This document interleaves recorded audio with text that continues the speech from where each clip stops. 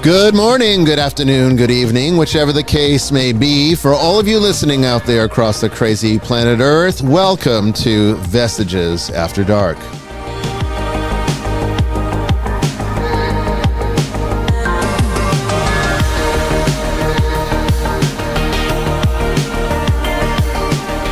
And I am your host, Bishop Bryan Willett, coming to you live from the deep woods of western Georgia on this October 29th, 2024.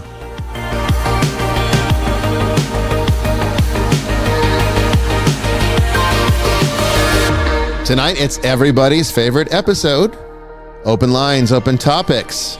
And you are the guest. You can call into the show or ask your questions in the various chat rooms all across the internet, be it on YouTube, Facebook, Spreaker, Twitch, Instagram, and we are premiering tonight on TikTok for the first time. I'll talk about that funny story in a minute.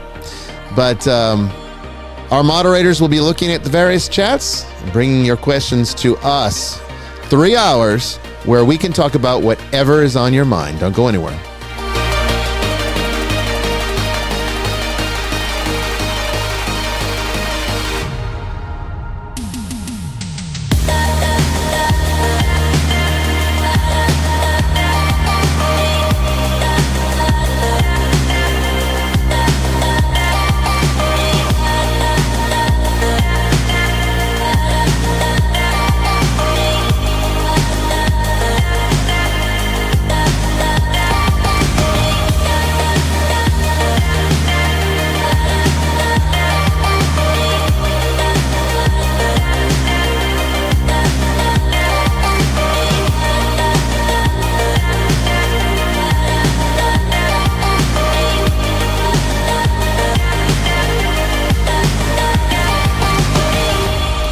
Well, hello, everybody. Welcome to a brand new edition of Vestiges After Dark. It's actually the Halloween edition, and I'm here with my co-host, Jamie Wolfe, for the first time in 2 weeks. I know. I got a little funk on my hands from messing with plants I shouldn't mess with, and then I was in the mountains last week, which was very cathartic. But then the cats tore you up the other day. Yeah, I have a colony of cats, feral cats, and I'm trying to get the females fixed, especially now that it's not really baby season. And the matriarch of the whole colony, I've been trying to get her fixed for a while, and she loves me until I don't know if I have a tell or what, but she knows when I'm trying to take her to the vet. So really? I got her daughter the other day instead. She was able to elude me, but I'm going to try again in the morning. So pray for me. Okay, well, we will. I got my arm shredded pretty good, but it's a necessary thing. Yeah, no, I mean, help control the pet population, like right. Bob Barker, We've remember? We've had several kittens pass away, too, and it's actually breaking my heart to have to deal with that. So we're trying to nip it in the bud, so to speak. No, I understand. Makes sense to me. Yep. So hopefully they'll be successful there, and we'll see where it takes us. Right? We'll see where it takes us. Thank you, BDEX, for liking the stream. Being a kitty mom. Okay, so we have liturgic libations officially, but it's not one that we haven't featured before. We're trying to actually use up this bottle because it's almost at the end here. We'll need Tracy to help us out a little bit later. Tracy, you have a mission.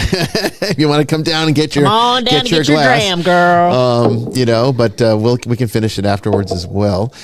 So why don't you just for people that might I'll not read the be description familiar. again. So this is probably my favorite Scotch. I don't drink a lot of Scotch. Most of you know I'm a bourbon and especially a rye girl. Yeah. But when it comes to Scotches, I like the Highland Scotches, and Dalmore is my favorite. And this is the Dalmore King Alexander III. And I'll just read the description. Mm-hmm. It's finished in 6 casks, different casks, small batch bourbon casks, Matusalem Oloroso sherry casks, Madeira casks, Marsala casks, port pipes, and Cabernet Sauvignon wine barrels. Create a one-of-a-kind whiskey with a rich and enticing flavor profile. The aroma, red berry, fruits, hints of passion fruit, and on the palate, citrus, zest, vanilla pods, creme de caramel, and crushed almonds. Ooh. Finishing notes of cinnamon, nutmeg, and ginger, and that's what gets me. I love those finishing flavors. So, Prost. Oh, that's very good. Yeah, other than the cigar malt, this is my favorite Dalmor. And the cigar malt is very good. I think it's a better value.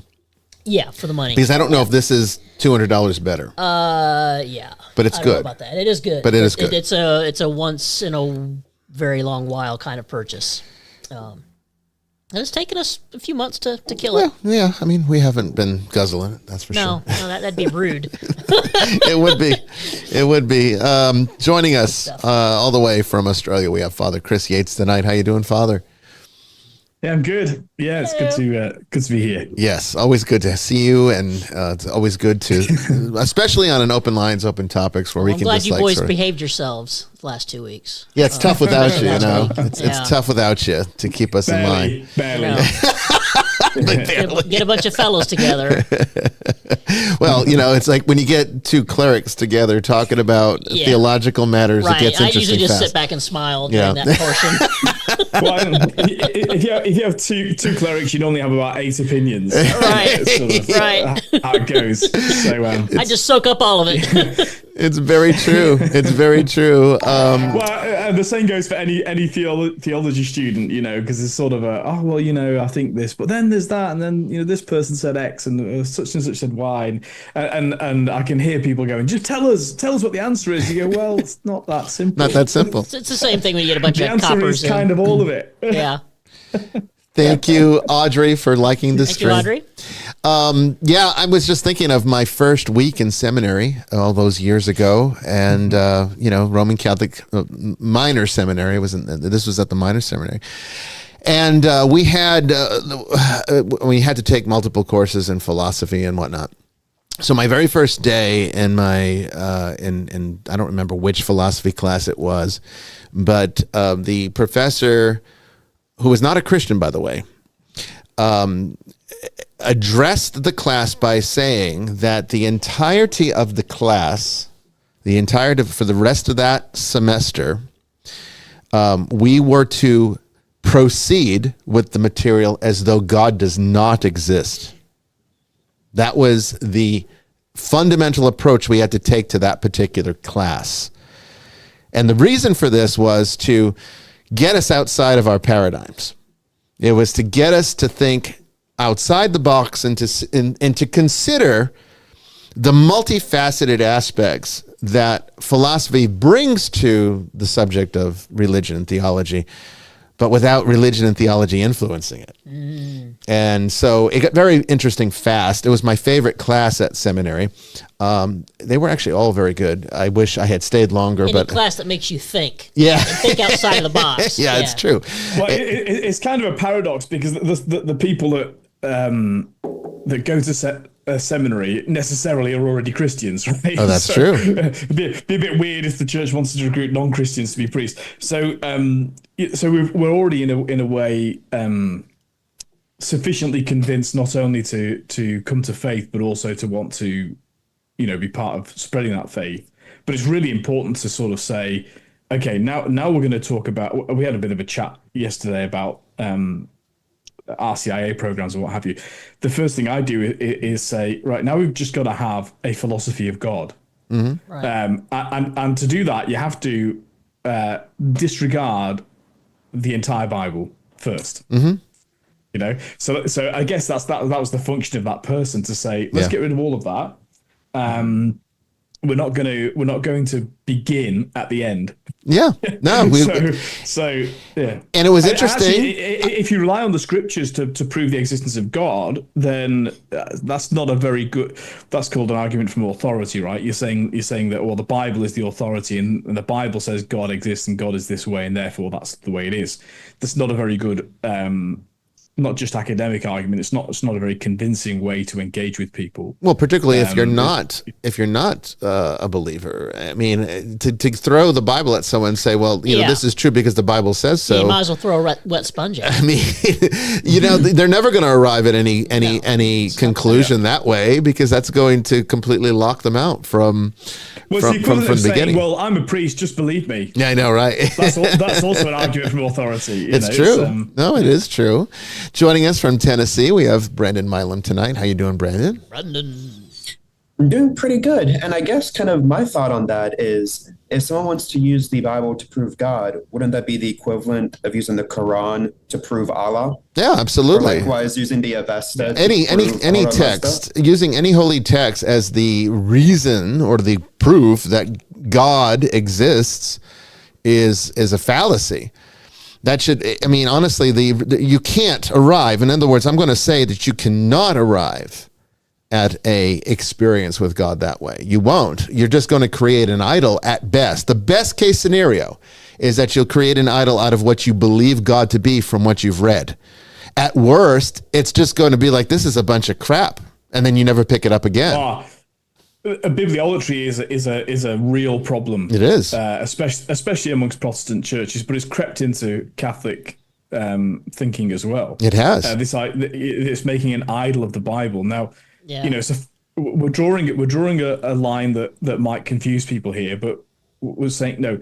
The Bible is God's inspired word and has an authority, because the church has given its authority. God has revealed Himself. At least in part through the scriptures, but God is not restricted to the Bible, right? And so we should not put a Bible, you know, on an altar and bow before it. I can tell you when I had my near-death experience, it wasn't the Bible that I met with. It's, no. I mean, nobody's asking me to recite any verses or anything. It's true. Well, so I want to very important, but it's not God. But I would say the Bible is kind of becomes important after you've made certain prerequisite steps or taken certain prerequisite steps. And I don't think it can't be the start of your journey. And it reads different after you've had an experience with God. When you read the Bible after that, it opens up, right, and you actually understand what you're reading more because you've had that taste. Yes. Now, for many in the West, it changes with our own experiences. Absolutely. For many in the West, the Bible might be the gateway through which they start to explore these things, and certainly that is a possibility. That is an option in which that can happen, but I wouldn't argue that it is the foundation to experiencing God. I think that has to come from something else first, and then the Bible can kind of give you, if that's the direction you go, it can give you a richer understanding of the journey you're about to embark on. But it is part of the journey. It's not the foundation. It's not the starting point. It's not the starting line, as far as I'm concerned. It can be, but it you can't use it for all people in the world that way. It's not really designed to be that. I want to say real quickly that I want to welcome all of our TikTok viewers tonight. We've got about 62 watching right now on TikTok. So that's fantastic. I always felt that welcome everybody. TikTok would be a really great platform for this show. It was difficult in the beginning getting it to work because there's all these requirements and various things that you have to do to be approved by TikTok to do a live stream like this. You can always live, I think it's like if you have 1,000 followers, which I do, you can always live stream from your phone. But to be able to link it into a simulcast like this, where we're also broadcasting on YouTube, like I said, audio only on Spreaker, TikTok, Instagram, and Facebook, all at the same time, in order to be able to make that one of the other streams, there had to be an approval process. They never told me I was approved. Remember I said at the beginning of, I think it was during the summer special, I said we might be able to stream this season on TikTok for the first time because I applied. They opened up, I think what it was is they simplified the requirements. And we then did qualify, and then I applied, but I never heard anything back. So I just assumed that it didn't work for whatever reason. And we had TikTok logged into our software here, and it never went through. So I thought, okay, well, I guess it didn't happen, and I didn't care enough to really check it because it's like, okay, well, I don't have time for this. But then I logged in today to get the studio ready for tonight's show, and I saw on the software there's a little announcements thing where the software developers can send you updates and things, and this one is asked, "How are you enjoying live streaming on TikTok?" And I said I didn't know I could. So I went back and I looked and I tried to, check it out to see. And what I did, and this is how I found out, I disconnected it and reconnected it. So I logged back into TikTok through the software that we simulcast on. And then it clicked. And it said, yep, you're good to go. So we could have probably been doing this earlier, but I want to say to all of my TikTok followers and anyone that's finding this stream, to thank you for joining us tonight. I hope you enjoy this show. This is really a good one for you to get started with. Open Lines, Open Topics tends to be one of the favorite shows. We stream every Tuesday, Win in Season at 8 p.m. Eastern for 3 hours.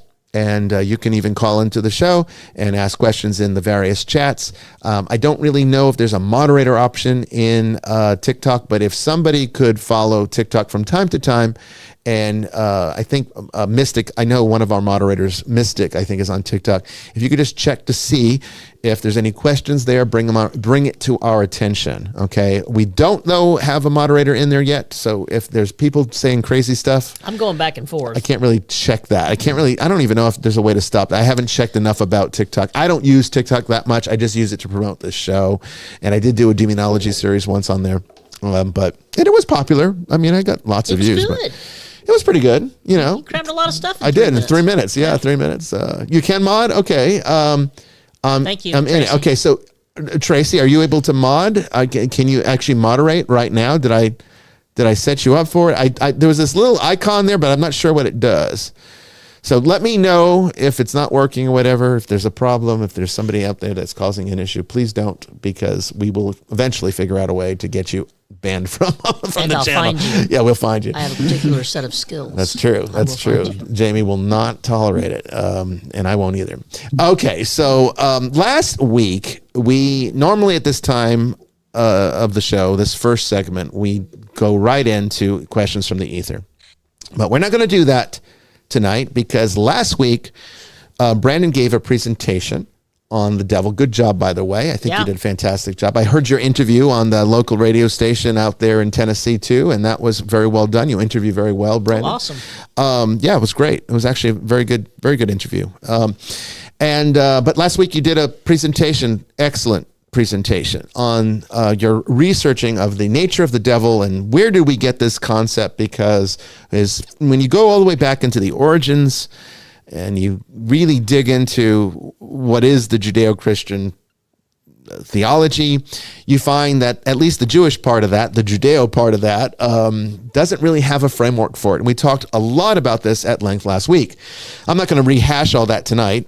So if you're interested in that, and if you want to get the backstory of what we're talking about now, go and listen to last week's show after this one, finish this one, but go back and listen to last week's show, and you'll have another 3 hours you can listen to about this very subject. And the show ends. This is why we do 3 hours.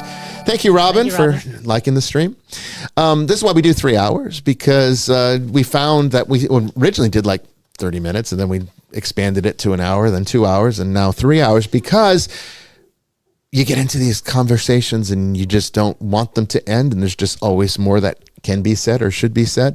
And this was one of those cases last week where we were talking about a very complex subject matter that has a lot of different perspectives, I think, in theology. Father Chris and I have similar perspectives in certain ways, different perspectives in others. And that's what makes it such an exciting and interesting topic, and makes it a good show, I think, too.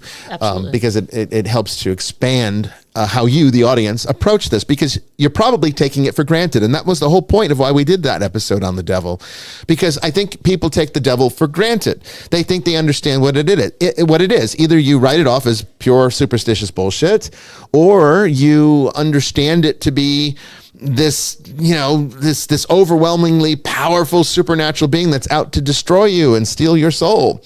And the fact of the matter is, neither one is true. Neither one is accurate. It's not accurate from the Jewish perspective, nor is it accurate from the Christian perspective. But I guarantee you, if you were raised in the West, you probably have some concept like that, and you've either dismissed it as bullshit or you're terribly afraid of it. But very few people have a healthy understanding of it. And we tried to expand on that, I think, last week, and we ran out of time. So we decided that instead of doing questions from the ether in this segment, because we'll have plenty of questions for you guys, and you can start actually asking them in the chats now. I'll open up lines coming up. But if you want to get your question logged in, the moderators are already looking for them, and we can get to them in the second and third hours. But this hour, what's left of it, I want to talk about somewhere where we left off. And one of the things that I think was really important that we discussed is the nature of the devil and the existence of hell, and how we as Christians should approach this. Because, like I said, we can't be dismissive. We can't say, oh, we're too enlightened now. And because the Jewish people didn't really have a framework for these things, that there's no validity to the Christian perspective on it, or at least what is traditionally the Christian perspective, historically what it might be, but also that it's also not quite what you've probably been taught if you were a person who was raised Christian and went to church and heard people talk about the devil, or still do. Definitely was not. Neither one is accurate. Neither one is healthy, because we do have to understand the nature of evil and where our role comes into that. And that's honestly what the Jewish story contributes to our approach to this, because the Jewish world does not have a framework, as we said last week, for the existence of the devil, at least in a competition fallen angel sort of way. Even though the fallen angel concept comes from the Jewish world, it was not part of the official canonical understanding, and nor did the standard rabbis accept that. JC, thank you for liking the stream. They would really not have approached it that way. From the Jewish perspective, the devil is essentially Yetzirah. We talked at length about that. For those that are just joining us for the first time, especially if you're on TikTok, you've probably never even seen this show before, who knows? Yetzirah is essentially the snake in the Garden of Eden that tempts Eve, and essentially what that is an allegory for the proclivity within humanity to choose to do things that are wrong, even when we know they are wrong. When we choose to be selfish, even though we know we probably should be better than that, even though we're capable of being better than that, to be sort of wired to still do the wrong thing is one of the problems that the Jewish religion attempted to explain, and the Yetzirah is where we have as the framework for that. Unfortunately, though, the devil evolved out of this over thousands of years, though. It took a long time to come to the point where we now have this objective being, this monster that wants to destroy us and creation. And of course, that does also come out of the Jewish mind, but not necessarily the Jewish theology, at least not in the canonical sense. And we've gone over that also last time. But where we kind of left off was on this, where hell fits in. And how, what is the healthy approach for the Christian towards the subject matter of the devil? And Father Chris's one of his last statements from last week was that he felt that considering all the alternative perspectives that we could have, the traditional one has served us fairly well. And so therefore, I don't want to put words in his mouth, but I think you were saying, Father, that that you didn't think it necessarily needs to be modified or changed too much because it has worked, or it works sufficiently for the understanding that humanity has to have in order to live a good Christian life, which I actually do agree with in as much as I don't necessarily think it's a broken model. I think it needs to be reworked for the modern mind. And that's where I came in and said this, and we started running out of time before we could continue that. So what I wanted to input here, and then I'll let Father Chris respond, and anyone else who wants to.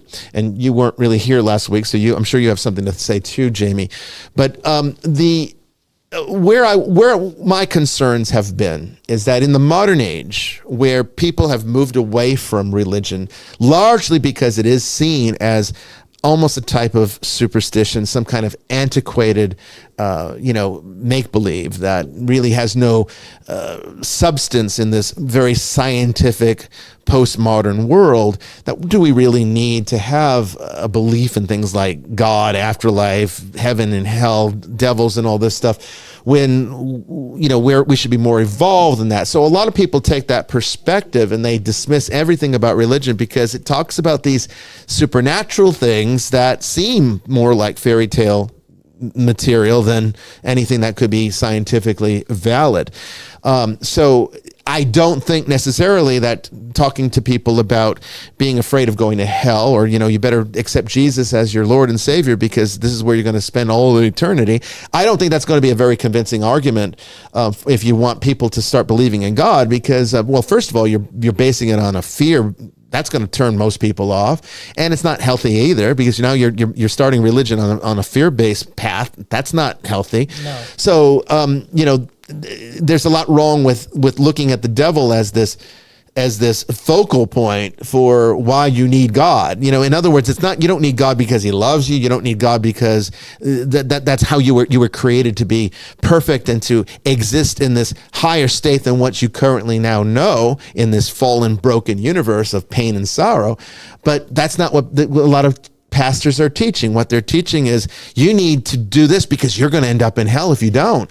The devil's going to win your soul. That's not the reason to follow God. That's not the reason to believe in God. That's not the reason to be a Christian. And that, unfortunately, is what this kind of mentality has led us to, I think. Now, I don't want to be just like I don't want to blame guns for, people that get shot in these mass shootings. In fact, we had an attempt at that today in Atlanta.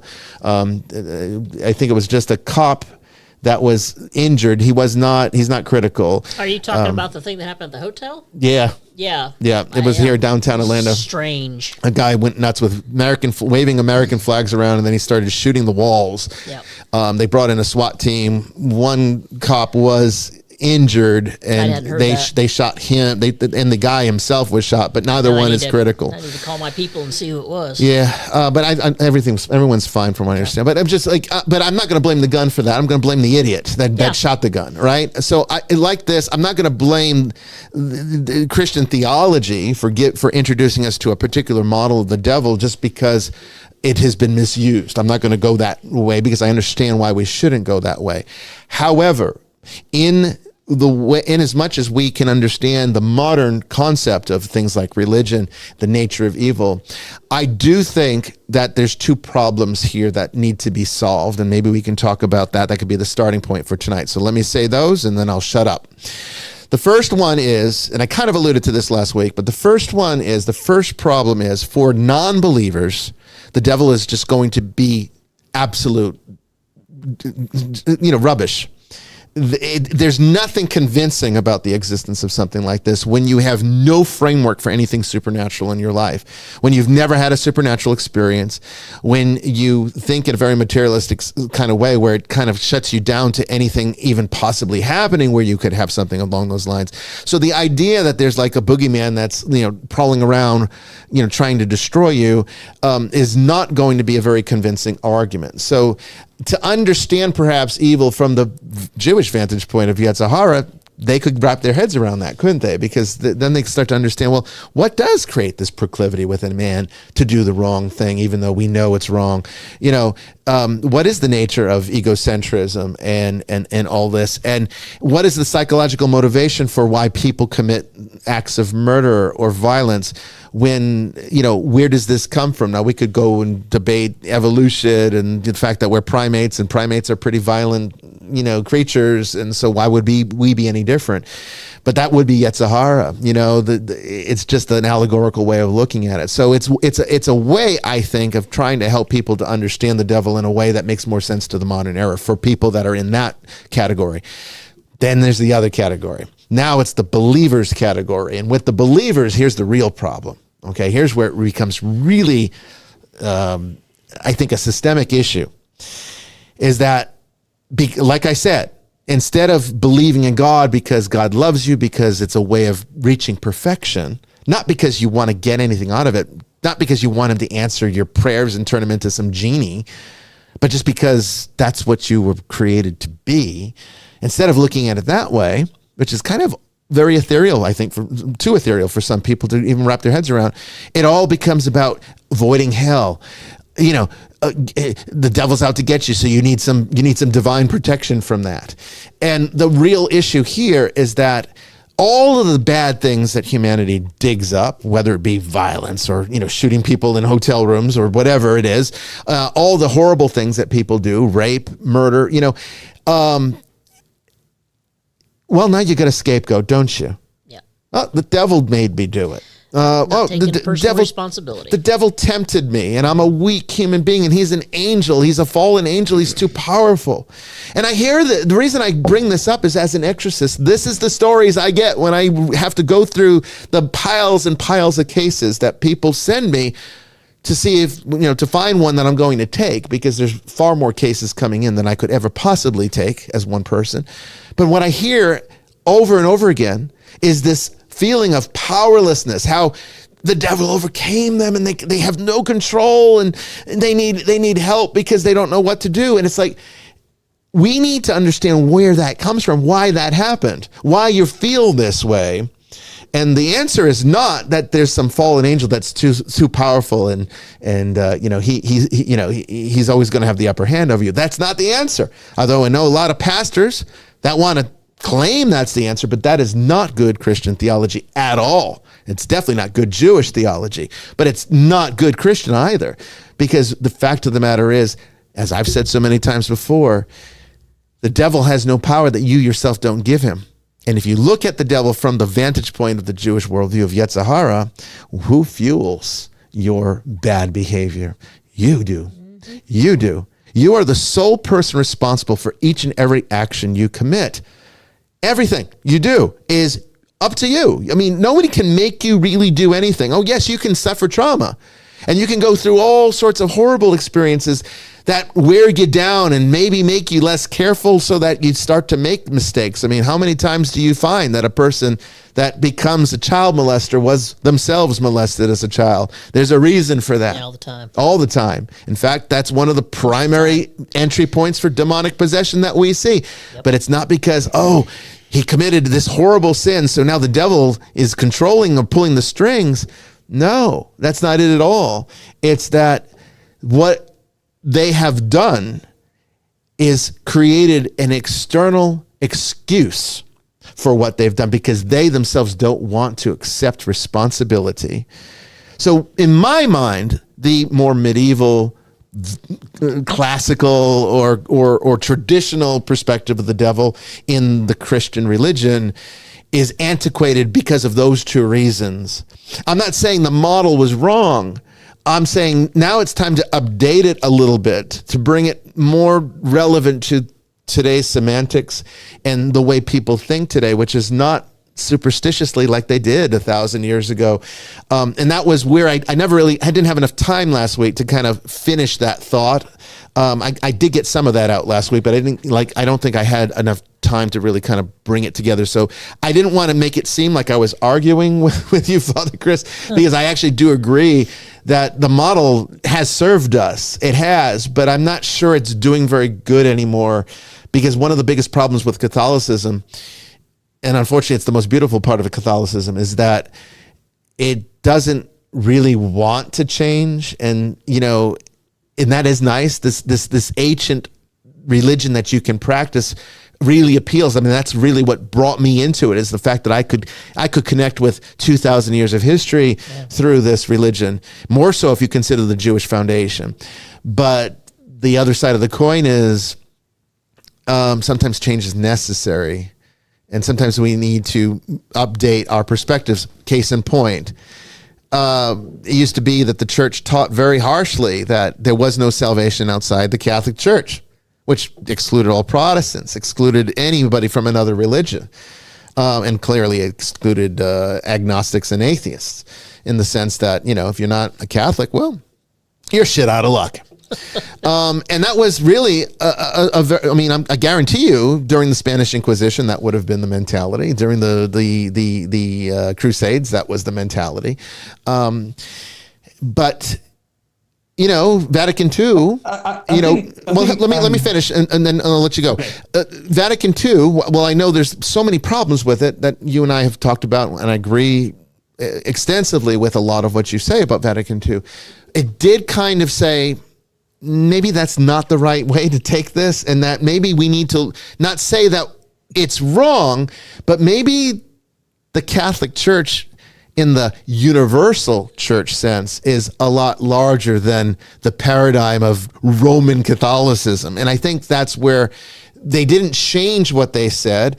They expanded how it applies. And I think with the devil, doesn't mean that everything before it is wrong. It's just, is this objective evil creature that is trying to seduce you?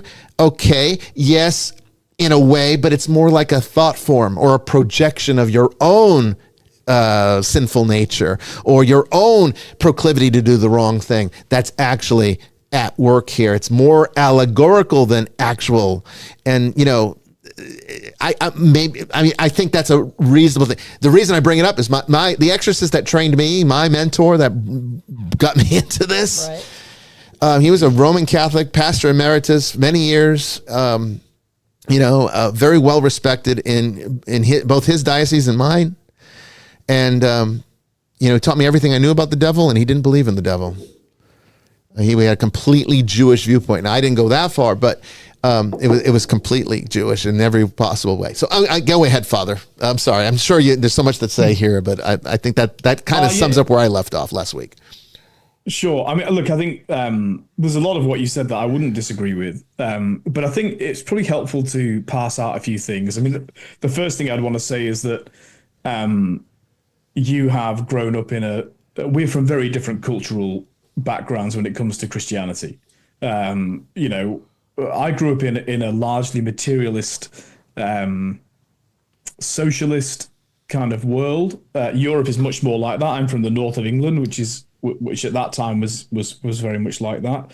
And so I didn't grow up in the church at all, really. I was baptized. My parents forgot that they'd baptized me, or couldn't remember. Did they really? They actually? Are you just kidding? Are you just kidding? No, I'm not kidding. No. They really forgot. Well, I was an accident. I was the third one, right? Oh, okay.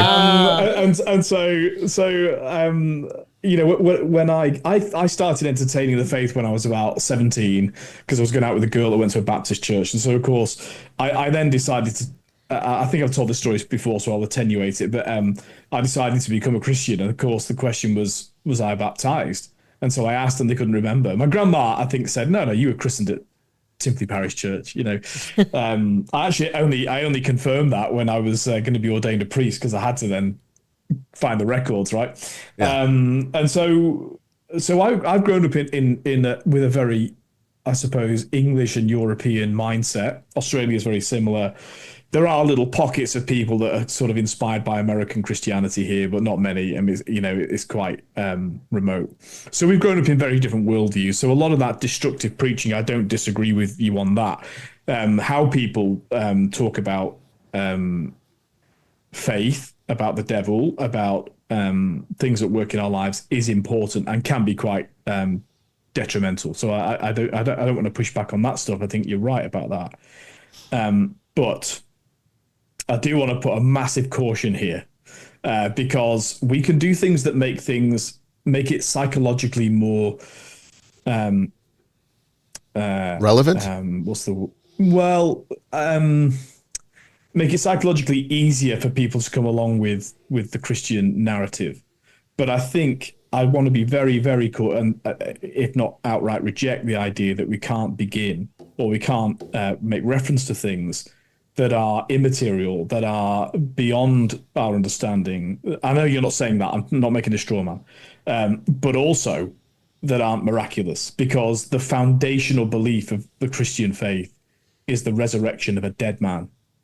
Now, you can't explain that away with science. Science will never explain the resurrection, because it's not a scientific paradigm.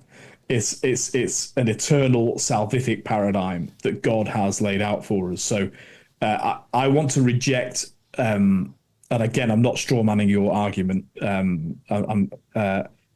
But I want to reject the idea that we, in a sense, use a materialism to win people to Christ, when in fact what we believe is not a materialistic faith.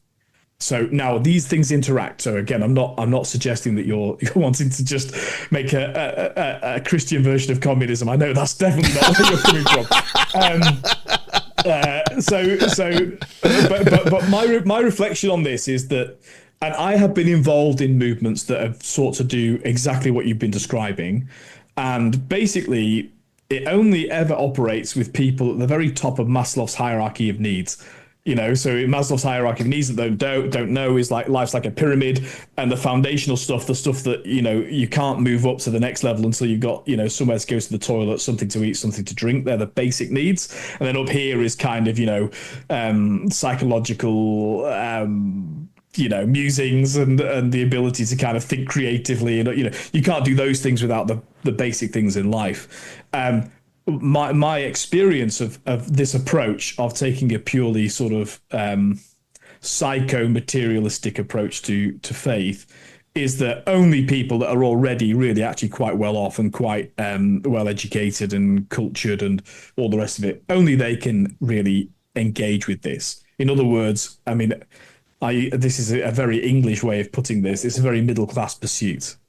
And middle class in England doesn't mean people that earn a living by working. Middle class means the sort of, the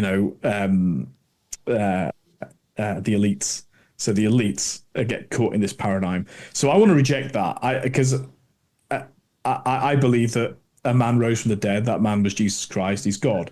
And so the very basis of what I believe is in a sense not explainable in a materialistic way. And Jordan Peterson does this a lot, and there's value in it. Don't get me wrong. There's definite value in it. He talks about the psychological impact of embracing a cross and of the worst thing happening to the best possible man, and all of that is good, but it doesn't lead to faith. It doesn't lead to real faith. Right, faith is still a gift, because that faith has to be instantiated. And essentially, we believe the miraculous, and we say it in the creed. So now, coming to the devil, it is absolutely correct to say that doing God's will because you're frightened of going to hell is the least good reason to do God's will. It's definitely the least good reason, but it's better than no reason. And really, that's what the Catholic Church has taught. Now, they may have tactically done this badly in various nations at various times. We are imperfect vessels. We're clay pots. I'm sure I have led people up, down the garden path without meaning to. I'm sure I've not got everything right at all times, because I fundamentally believe that error is possible, because I believe in sin and the possibility of sin. And so now we talk a lot about freedom on this show, rightly so, because it is the foundational principle of God. God's love comes because of freedom. Right. He's freely chosen to love us, and he's given us the dignity of being able to freely love him or not. And so how we talk about the devil and hell, I think you're right, is important. I've got some quotes from the Orthodox Church. I've got some quotes from the Catechism of the Catholic Church. I'll read out very briefly, like one paragraph of each. So from the Orthodox point of view, thus it's the Church's spiritual teaching that God does not punish man by some material fire or physical torment. God simply reveals himself in the risen Lord Jesus in such a glorious way that no man can fail to behold his glory.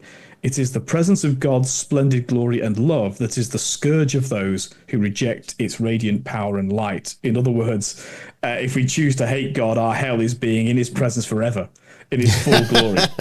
There you go. That's so orthodox, isn't it? Yeah. Now, I happen to think that that's not very different from the Catechism of the Catholic Church that says, the teaching of the Church affirms the existence of hell and its eternity. Immediately after death, the souls of those who die in a state of mortal sin descend into hell, where they suffer the punishments of hell. Eternal fire. The chief punishments of hell is eternal separation from God, in whom alone man can possess the life and happiness for which he was created and for which he longs. Now, they might seem to present a different paradigm. One is, well, you're in the presence of God and you hate him, and therefore it's, but the experience of hell is the experience of being forced to be somewhere you don't want to be. That's common to both of those expressions. So, that's what I believe and that's what I teach. Because I believe in God's love and God's choice of freedom. Now, I like I say, I'm not straw manning what you've said, and there's no need to get into a semantic argument about things. I mean, I think that in a rampantly materialistic philosophical world, that is common to both of our cultures. Although in America, you've got for all their faults, you have got the people that still believe in a very traditional evangelicalism and some that believe in a very traditional Catholicism. Yeah. So I guess going back to what I said, I think that might be the least good way of living your life, living the Christian life, in terms of being afraid of what might happen to you. God might get you. I think, and by the way, I think it's a way that doesn't lead to great fruits being present in people's lives. I think, because in other words, you're like the children on the island. I think Oscar Wilde's story, the children on the island, there was a walled island, and somebody came, and these children were playing in the garden on this walled island, and they said, it's terrible, the children can't see the sea, so they knocked down the wall. And then when he went back, the children were all huddled, scared in the middle, because they couldn't risk going to the edge. They didn't want to risk falling into the sea. And so I think that, it's the least good reason to worship and to follow Christ. We miss out on lots of opportunities God is putting in our way. I prefer to talk about it in terms of the whole purpose of God becoming incarnate is not merely to understand the human condition, or so that we know that God knows the human condition, and to die for our sins. That's where a lot of traditionalist evangelicals and some Catholics get stuck. He dies on the cross for our sins, and they end it there, and they forget about the resurrection. You see, the resurrection is the invitation when the wounded Christ puts out his punctured hands to the apostles who had abandoned him and says, "Peace be with you." That's the Christian life. So that's why, in other words, we can risk doing wrong. The better way to live your life is to have Christ at the center of your life, heaven as your aim, and to strive towards that, knowing that you can risk being wrong because you can be forgiven on the way. And so that is a much better paradigm. That's the way I would preach how people should live their lives. But that's not to say that there is not an eternal punishment, or the devil prowling as a roaring lion, seeking the ruin of souls. But where we can agree is an emphasis on the devil and hell essentially is a form of idolatry. They risk making the devil God. Well, I think they have. And more powerful, I think they have. Than God. Yeah, a lot of people think the devil's in competition with God, and that's absolutely not true.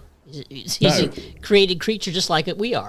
Well, and I can appreciate what you've said there, because I don't want to, and I'm glad you said it, because I want to make sure I qualify it by saying that nothing that I posited in my initial statement here tonight is to suggest that we can take these more psychological approaches to religion when it pertains to God.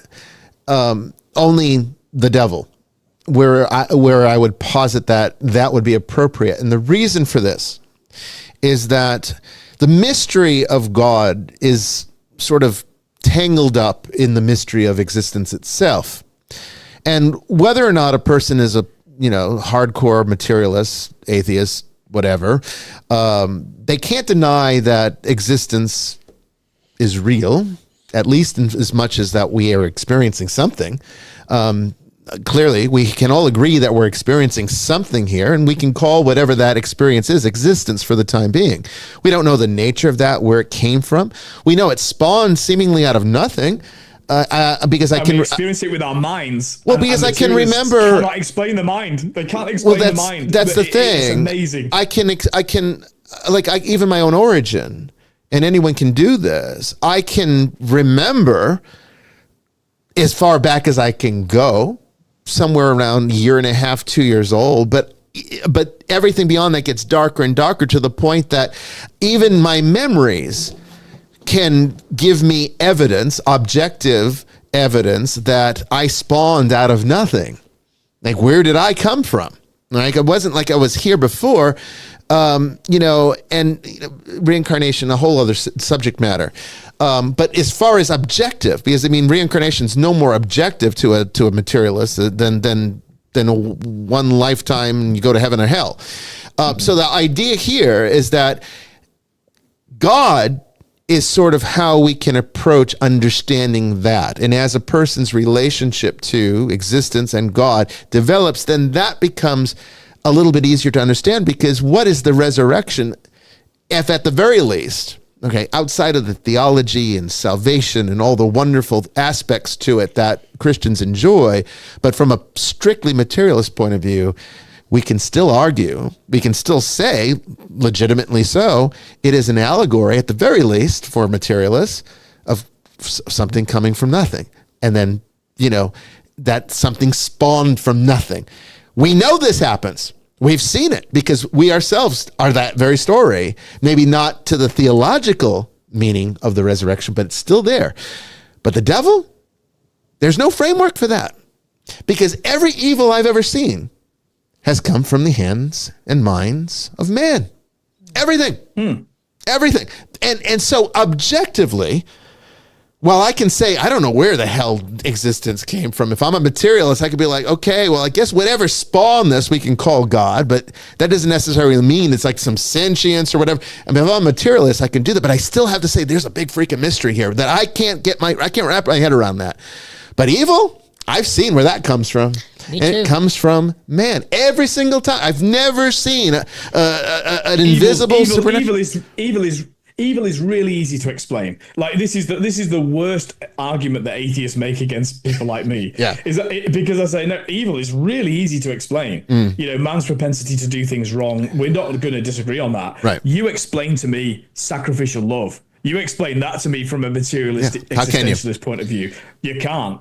Well, even simple things no like animal does that. Like beauty. We don't need beauty. We don't need art. We don't need aesthetics. These are things that do not serve evolution. But yet we crave it. But we do crave it. Even storytelling. We generate it. We generate it. We Yes. actually generate it. Yeah. That's the amazing thing. Everyone does in some form or fashion. Even if as far as you go with beauty is the room looks nice, that you buy some nice furniture. What makes it nice? Or even picking your, whatever person you want to marry. There's something aesthetically pleasing, presumably, about them. Even if you're trying to destroy beauty, you're still acknowledging it. You're still acknowledging it. But with evil, I think the reason that the church gets into all this negation theology is because it really isn't a thing. It really isn't a thing. We make it a thing. And I do think there is an objective being that we can call the devil, but I think that being was actually born through us. And we'll get more into this when we come back after the first break. Don't go anywhere. We'll take your questions. I promise we're not going to be on this all night unless you want us to. You just tell us in the chat.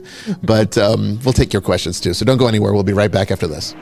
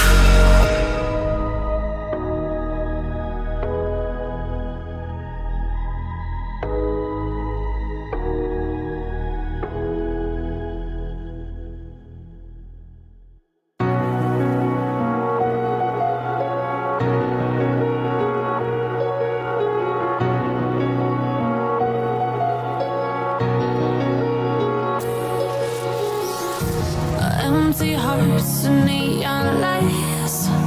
They're playing with my mind. Gotta get out of here tonight. Oh, I wanna run off and fly. And I'll tell myself it's fine to be alone. Just to find somewhere that finally feels like home. Oh, oh, oh. I hate all this overthinking. Oh, oh, oh, oh. The more I swim, the more I'm sinking. Take me to a world of silver. No more heartbreaks, tears, painkillers. Take me somewhere unfamiliar. Bring me back to where we started out. Get me out of now.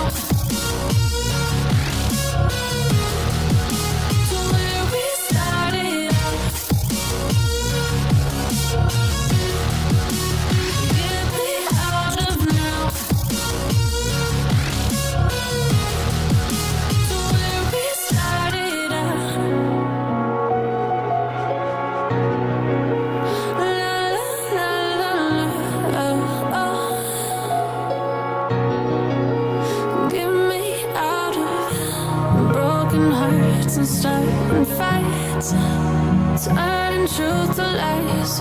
Gotta get up, stop wasting time. Yeah, I wanna run off and fly. And I tell myself it's fine to be alone,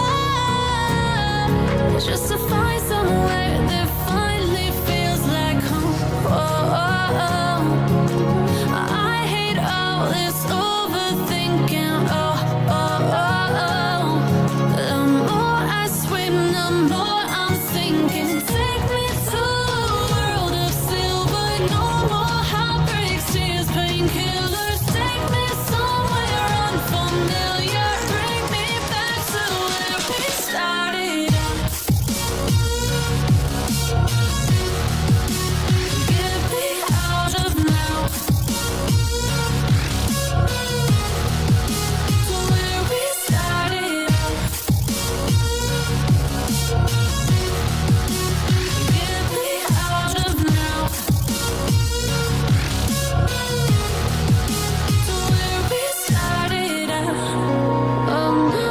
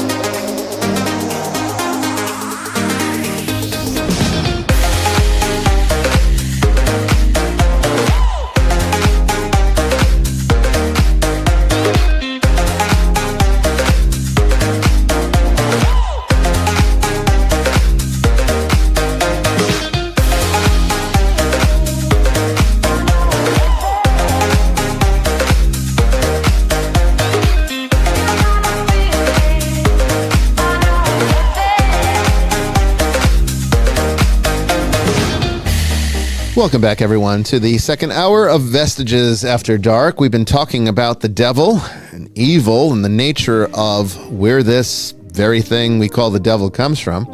And this was sort of a continuation of last week's show with Brandon Milam. We'll be continuing on in this direction until we get more questions from the chat. I think there's a whole bunch coming in that I can see. And there's one from Robin here that we're going to answer when I come back. If you've got a question, you can ask it in the various chats wherever you happen to be across the simulcast, whether it be on Facebook, Instagram, TikTok, Twitch, YouTube, you name it. We're out there. Just ask your question. The moderators will get it to us. You can also call into the show at 802-321-0073. I'll have that number up on the screen in just a moment.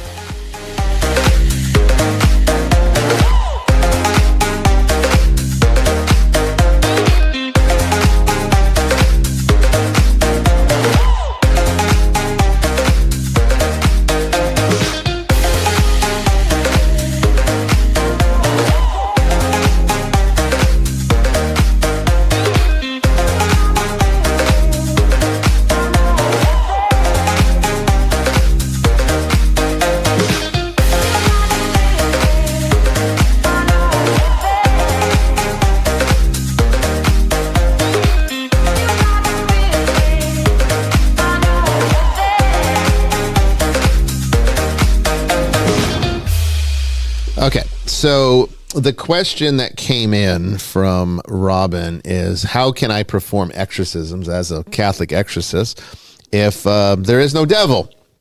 Okay, it's a great question. I kind of answered it. Well, I didn't kind of. I actually did. I answered it in much detail last week, but I kind of alluded to it just before we went to break tonight, and I'll reaffirm it because I think it's an important question, and certainly it is one that I need to hammer into the entire conversation tonight, because I am not saying the devil doesn't exist as an objective reality. What I'm saying is the model that we have used as Christians for 2,000 years is not sufficient to understanding what's happening or what has been happening all this time. Because I think we're at a point in our psychology, in our science, in our just fundamental understanding of philosophy, way of life, to where we're ready to take the next step in understanding this thing. I'm not saying that there isn't an objective reality. What's happened is we've stopped talking about it. I mean, what's happened is that because it has been done badly, I think we can agree that. Yes, we can agree on that. Because it's been done badly, there's been a sort of deliberate, natural and deliberate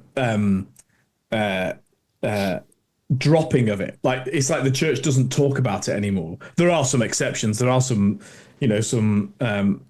a couple I know of outspoken exorcists in the Roman Catholic Church who do go on YouTube and do shows and what have you. But it's almost never preached upon. You can pretty much guarantee you could go to most parish churches on a Sunday in the English speaking world and never hear a sermon on the devil or hell at all.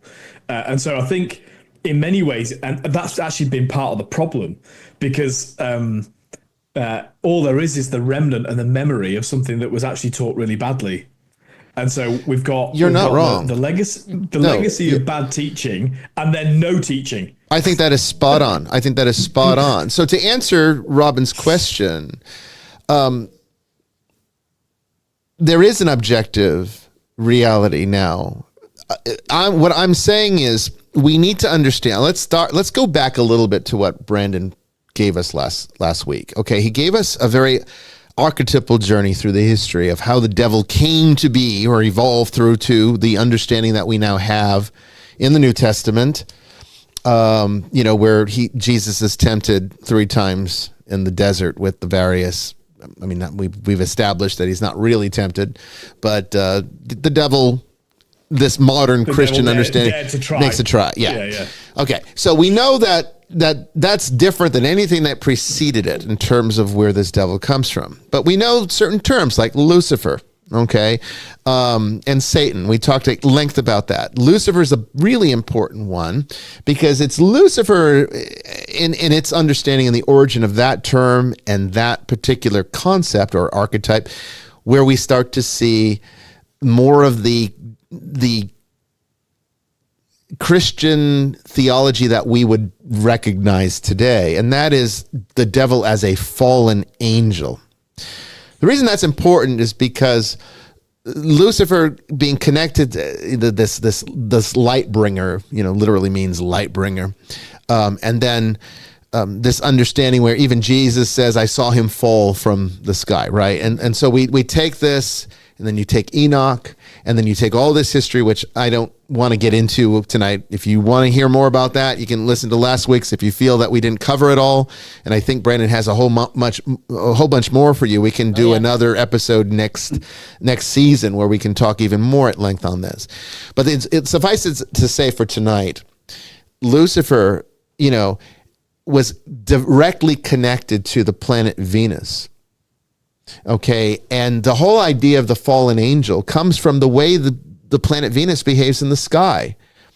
If you watch the night sky, you'll see, the moon rises and goes across the sky. The sun does the same thing, right? You see the sun rise and then you see it set.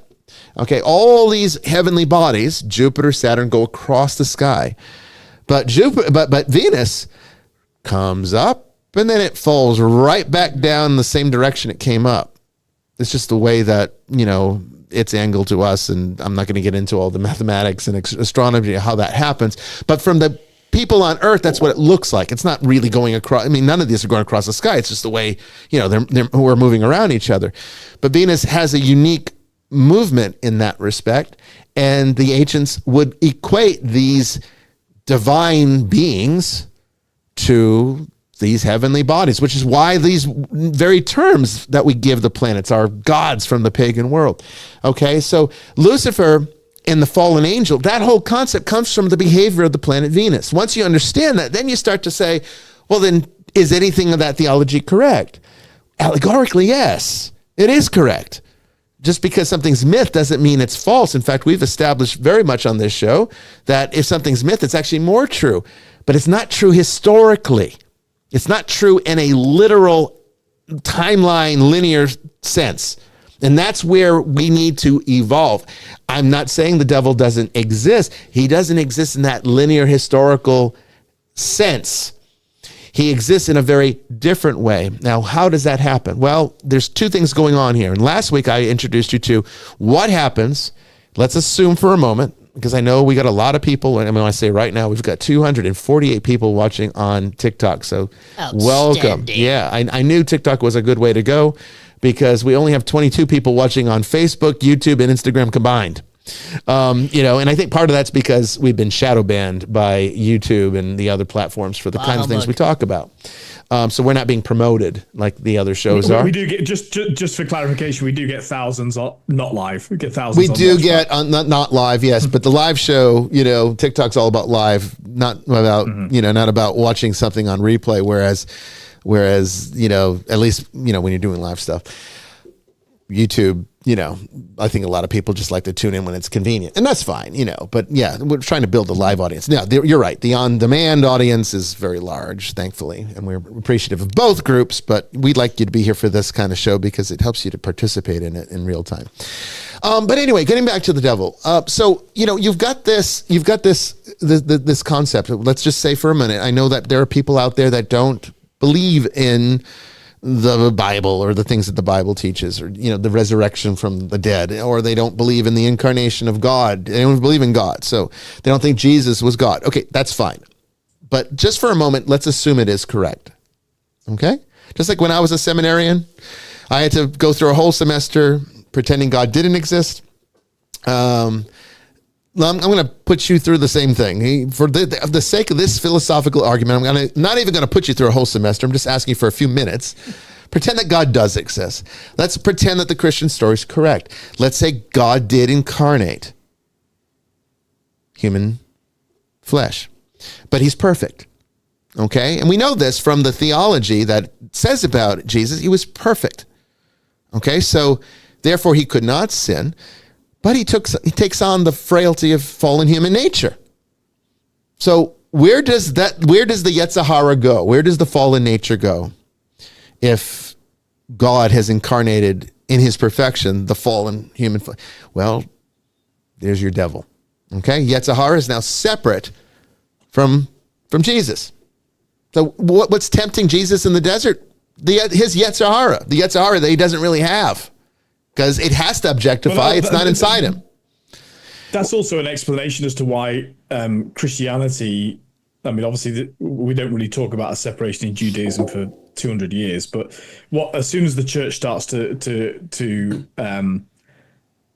exist as an entity separate from the remnants of Judaism that continued and continue to this day. Right.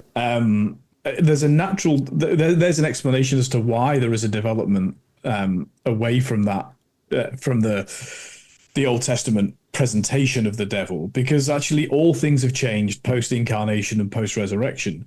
And so I heard a really good homily on the book of Revelation. Now that's a book we probably shouldn't get too far into in this episode, but in the book of Revelation, whenever an angel is referred to, this is traditionally believed to have been written by St. John.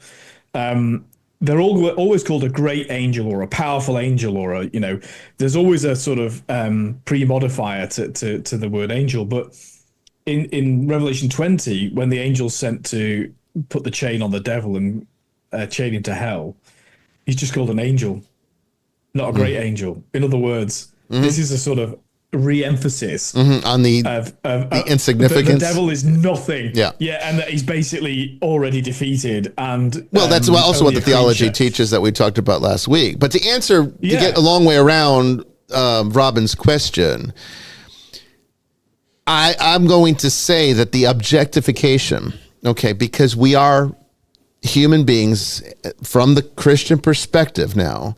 We are made in God's image. That doesn't mean he looks like us. That means we have his nature, fallen version of it, but still his nature. We are still creators by nature. We are still just like him by nature in that respect, We were made in his image, People think that they take that literally. They think it means that he's got, a face and 2 arms and 2 legs and all this nonsense. No, that's not what it means. It means that we are like him in nature. And that nature has been broken by that fallen Yetzer Hara that the Jewish worldview tries to explain through the Garden of Eden story. Allegorically, these are not real events in the historical sense. So just like Jesus, when he becomes perfect, when he is perfect, when he becomes man as perfect is what I meant to say, there's nowhere for the Yetzer Hara to go. So it externalizes, it projects out and becomes this demon that attempts to seduce him, and he fails. Well, the same thing happens to you because you're also a creator by nature. And as you perfect, as you grow and evolve and mature in the spiritual life, the Yetzer Hara becomes less and less resonant with your nature. You become more like God. You become more like Jesus, right? That's the whole point of Philippians 2:5. Let this mind be in you that is also in Christ Jesus. That is fundamental to understanding this, because as we take on the Christ-like nature, the Yetzer Hara becomes less compatible with us, and it starts to externalize. And as it externalizes, it becomes literally a thought form, a tulpa, as the Buddhists would call it, an egregore. If it becomes so strong that others can experience it, and that's what needs to be exercised. That's why people feel like there's some external thing tormenting them. Now, this is the metaphysics of religion. Now, what Father Chris has said is not wrong in the sense that we need that kind of detail to explain the nature of the devil and the virtues of the Christian life to people. No, we don't, because most people probably didn't even understand. A lot of people, unless you're watching this show and, obviously you're here because it speaks to you in some way, that you're a person that can think deeply, but the average person's not going to tune into this show, and they're not going to understand a word of what I just said. They don't really care enough. It's not that they're not intelligent enough. Well, maybe some of them aren't, but overall, it's probably because they don't care enough, right? They're too apathetic about it. But for those of you who do care, you probably, you need to understand this, because there is a deeper reason for why certain things are the way they are. It explains why why children are hurt, despite the fact that we have this all-powerful, all-loving God. Now, atheists will say, well, that's proof. The fact that children are hurt, this is proof that God doesn't exist, because he would never. The fact that they care that children are hurt, the fact that they care that children have, cancers and all the rest of it, actually is proof that God does exist. Why do they care? Why do you care? Why care? Why do you care? But see, they don't want to take that leap. And see, that's why I say, when you take the superstition out of it, or at least the superstitious semantics out of it. I'm all for that. I'm all for taking the superstition out of it. I think that's absolutely right. Yeah. And that's why I prefaced everything I said by saying we're actually from very different cultures, because the superstition of the devil has not existed on the British Isles or mainland Europe for a long time. Yeah, no, it hasn't left here for a while. So now I have to say there are pros and cons to that, because it's also true to say there are far more, as a percentage, far more people in America that believe in God than there are in Britain and Europe. So yeah. Again, I'm not saying that, bad teaching but Father, do they believe in God? Do they believe in God, or do they only believe in their idea of God? Well, that's probably true of all of us to a degree. But but I think that though you're right. I think that is kind of a natural approach to this. But I think again, using this kind of model kind of helps people to sort of step away from defining God by our expectations and more in being open to what is. Because see, the problem with a paradigm, even a good one like the Christian paradigm, it is still a paradigm. It's a good one. It's the best one we've got, in my opinion. I wouldn't be a Catholic priest or bishop if I didn't think so. I mean, I'm not here for the fun of it, that's for sure. There's nothing fun about this job. It's work, you know. So obviously, I think there's merit here.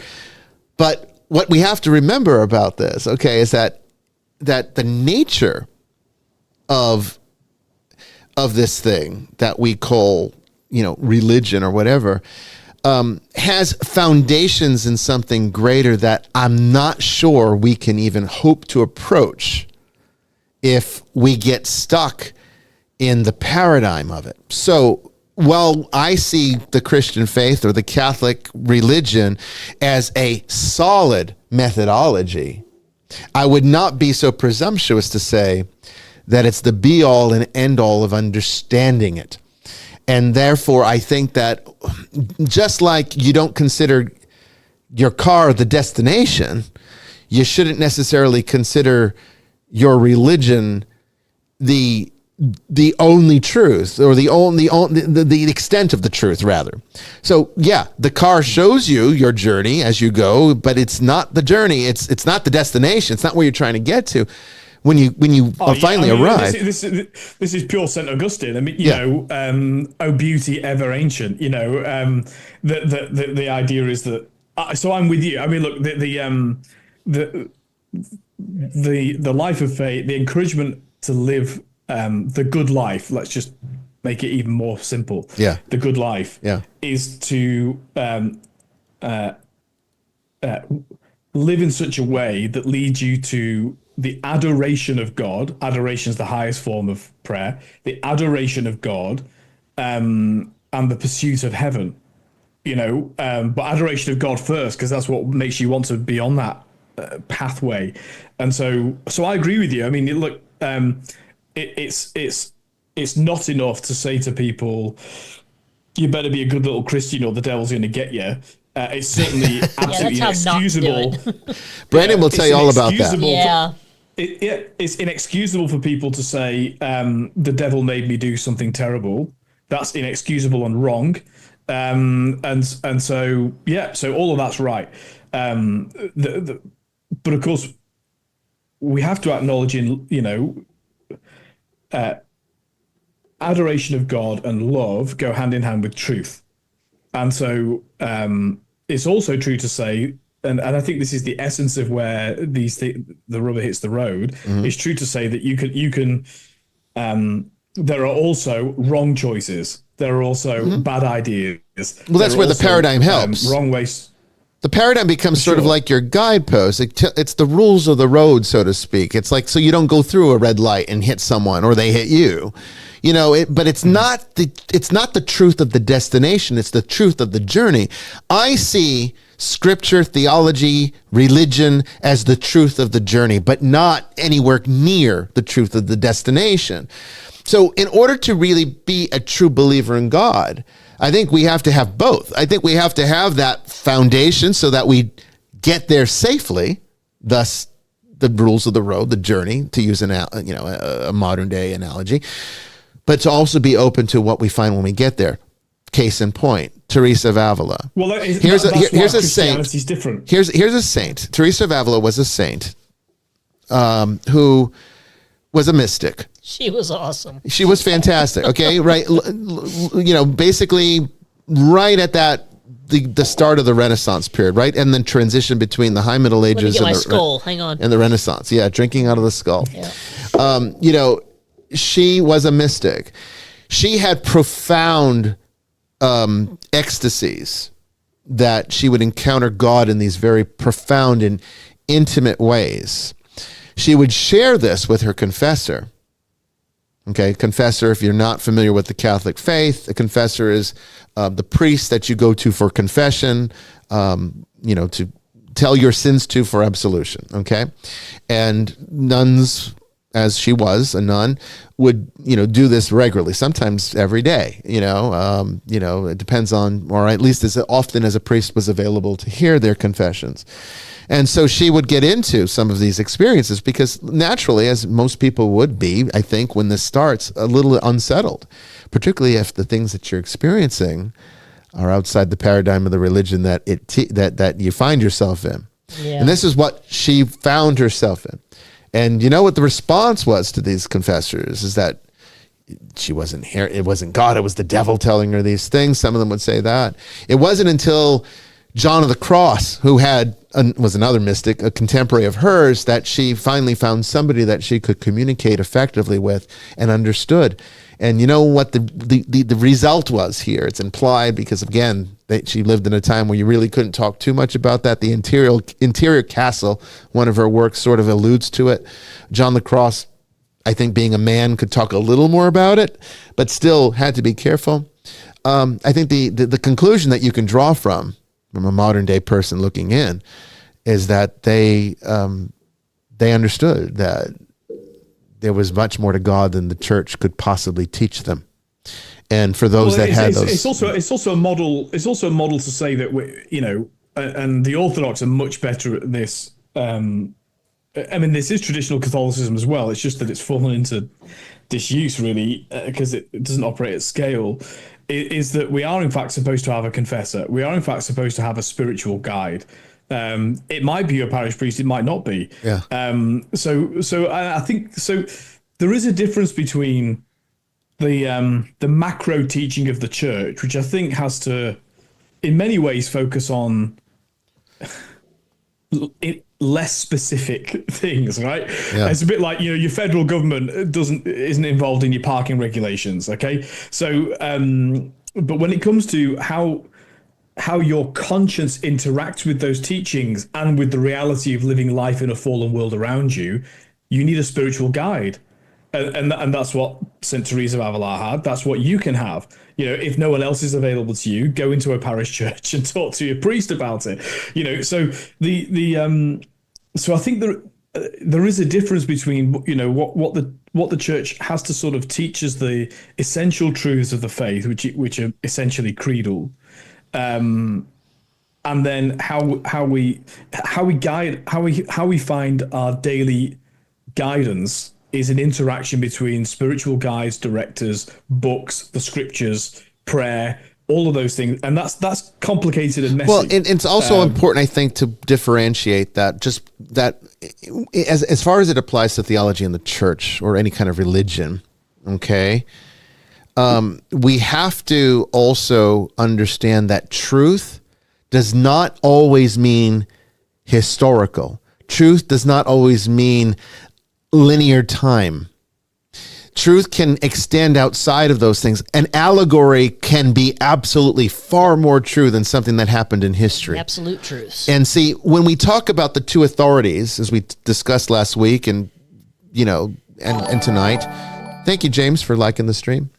When we talk about the two authorities of the church, scripture and holy tradition, sometimes they are historical. Sometimes they are literal, sometimes they are linear, and sometimes they're not. There's so much in scripture that is allegorical, but intentionally so. I mean, the parables of Jesus, for example. Mm-hmm. Maybe there was some kind of story person that these are based on, but I don't think that's the point. The point is to share something that's ineffable, something that's beyond comprehension, to bring it down to a level that human beings can understand. So, something can be true, and I want to make sure that's clear to the audience here tonight, because I think the problem with materialism now, and materialists and atheists that fall into that trap, is that they think that historical truth is the only truth. Right. No, allegory is sometimes far more true, far more real, because you know what will last forever? The allegories, the nature of the archetypes that build those allegories, but events are going to be forgotten. One day this planet is going to be absorbed by the sun, And there's probably, I'm not sure how likely it is that this civilization will ever leave this planet. I think it's far more likely that human beings are going to live and die here on this earth, or at least this solar system. And this solar system will eventually perish. And if that's the way the history goes, if that's, well, the way the future goes, then every bit of knowledge here is going to be completely consumed. All the linear historical fact that materialists and atheists think are so important, it's going to be all destroyed. But you know what will live on? Depending if there's other life out there, which I think there is. I think there's, like they said in Contact, it'd be an awful waste of space if there's not, right? I love that movie, by the way. One of my favorite movies. It is my favorite movie of all time, Contact. Jodie Foster, favorite actress of all time, too. I love her. The archetypes that create the allegory, they will endure. Because I guarantee you, think of an archetype: the hero, the shadow, the trickster, the wise old man, the great mother, the eternal child. Think of these basic core Jungian archetypes. I guarantee you, throughout all sentient, intelligent life, they exist in some form or fashion. They do. And even if the earth is destroyed, wherever there is intelligent life in this universe or some other universe or somewhere else, these principles will endure. The events will not, but the principles do. That's what the Bible's actually taught. That's why the allegories, I think, is even more beautiful. So I think personally, this makes the devil more real than this fallen angel story from Enoch. I think this makes it more real, because when you take it to that Yetzirah and you understand it to be this thing that we are perfectly responsible for, we project out and can actually come back and haunt us. I think that's what I see. To be clear, I'm a both and. I'm not arguing against. No, I'm not saying you are. I'm not saying you are. No, at this point, I'm talking to the audience. Yeah. No, go ahead. But yeah, no, I get that. I was also going to say that there's another important for our theists listening. Yeah. There's also an important distinction to be made between rationalism. I'm not anti-rationalism. Okay, I think you can be hyper-rational, right? You can go too far down a rationalist route. But actually, reason is very important. The Anglicans, Richard Hooker, added reason to scripture and tradition, right? Scripture, yes. Tradition, and reason. Yes. Now, I think it's a tautology because there is reason within tradition, but leaving that aside, rationalism is okay. So if your approach to life is to say, look, I want to have good reasons to believe this gospel story, then you're in the right place, okay? Because we'll give you good reasons. Reasons are important. We are people inspired by St. Augustine and Thomas Aquinas. Okay, but empiricism is a problem.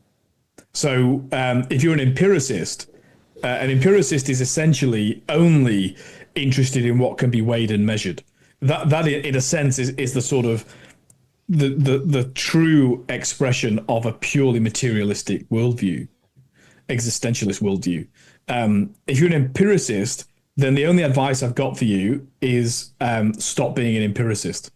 Well, no, I agree. You know why? Because think of it from this point of view. Let's say I'm I'm a member of this super sophisticated alien intelligent species, right? And I decide, you know what I'm going to do? I'm going to play the Matrix. I'm going to come to the earth. I'm going to enslave all of humanity and put them into a virtual reality that's programmed to feel real and to operate by the rules that I dictate. They'll never know what the real world is. They'll just going to know this one. So if empiricism is the highest standard, then the only thing that you could ever derive from such a universe is a lie, is the lie that you are programmed to believe. So how do you know right now, for you atheists out there that take on that materialist viewpoint that Father Chris is criticizing, this empiricism, how do you know that you're not completely observing a lie? because you're not able to go outside far enough outside the box to be able to see what the real universe is. So therefore, for all you know, all the laws of nature that you hold and all the laws of science that you hold so dear to your heart could all be just programmed into you to believe. They might be a complete illusion. Ironically, the fact that they believe there are laws of nature. How can there be laws of nature? Yeah, where does those laws come from? Yeah. Right. Who created those? Okay, so what I say to people at funerals, I think I've said this before on the show, but because we're speaking to atheists, who we love you, by the way. That's why we're speaking to you. Yes. At funerals, when somebody's in a coffin in front of me, facing the altar, unless they're a priest and they face the people, I say, here we are gathered around this person, and none of us are going to say we used to love them.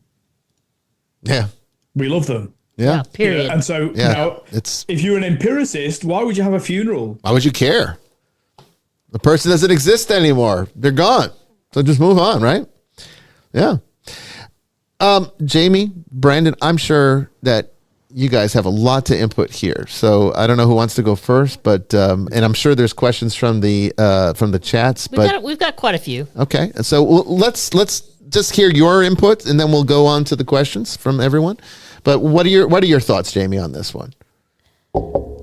I think that because you weren't here last week. No, but I did listen to most of it on the way up here. Yeah, I know. Yeah, but I agree. I think that the devil that we were taught growing up is not the devil that we're dealing with. The devil we're dealing with is the devil in us that we create ourselves through our doubts, our fears, our shortcomings. And it's all about trying to overcome them and become a better person. You know, I say a prayer during Mass to myself when we're behind the iconostasis. Lord, let me be better today than I was yesterday and better tomorrow than I am today. It's all about a process of trying to better ourselves, knowing full well we're going to come short, but it's striving to be better than what we were. We can't blame it on some creature, some scapegoat. It has to be us. It comes down to us. Now, is there trauma that can happen? Absolutely. But what do you do to overcome that trauma? You can't live in that trauma. So, but I do believe that it is projected out. Our shortcomings are projected out. Our traumas are projected out. And that's what becomes the devil that we deal with. I know that when I grew up in the Protestant upbringing, the devil was blamed for everything. But we can't do that. You're never going to grow that way if you just blaming it on something else. Oh, it's not my fault. The devil made me do it. The devil made me do it. The devil didn't make you do it. You made you do it. Brandon, we know that your story is a more extreme version of that. So what are your thoughts so far on this? So I would say it's all that's what I would say. It's all dependent on how it's used. Like my researcher recently brought me into Revelation again. Looking at the history of Revelation, the original intention behind the author was to give hope to first century Christians who were heavily persecuted. Take that same book in today's society, and it's being used as a weapon to induce fear that if you don't confess Jesus as your Lord and Savior, then you're going to hell.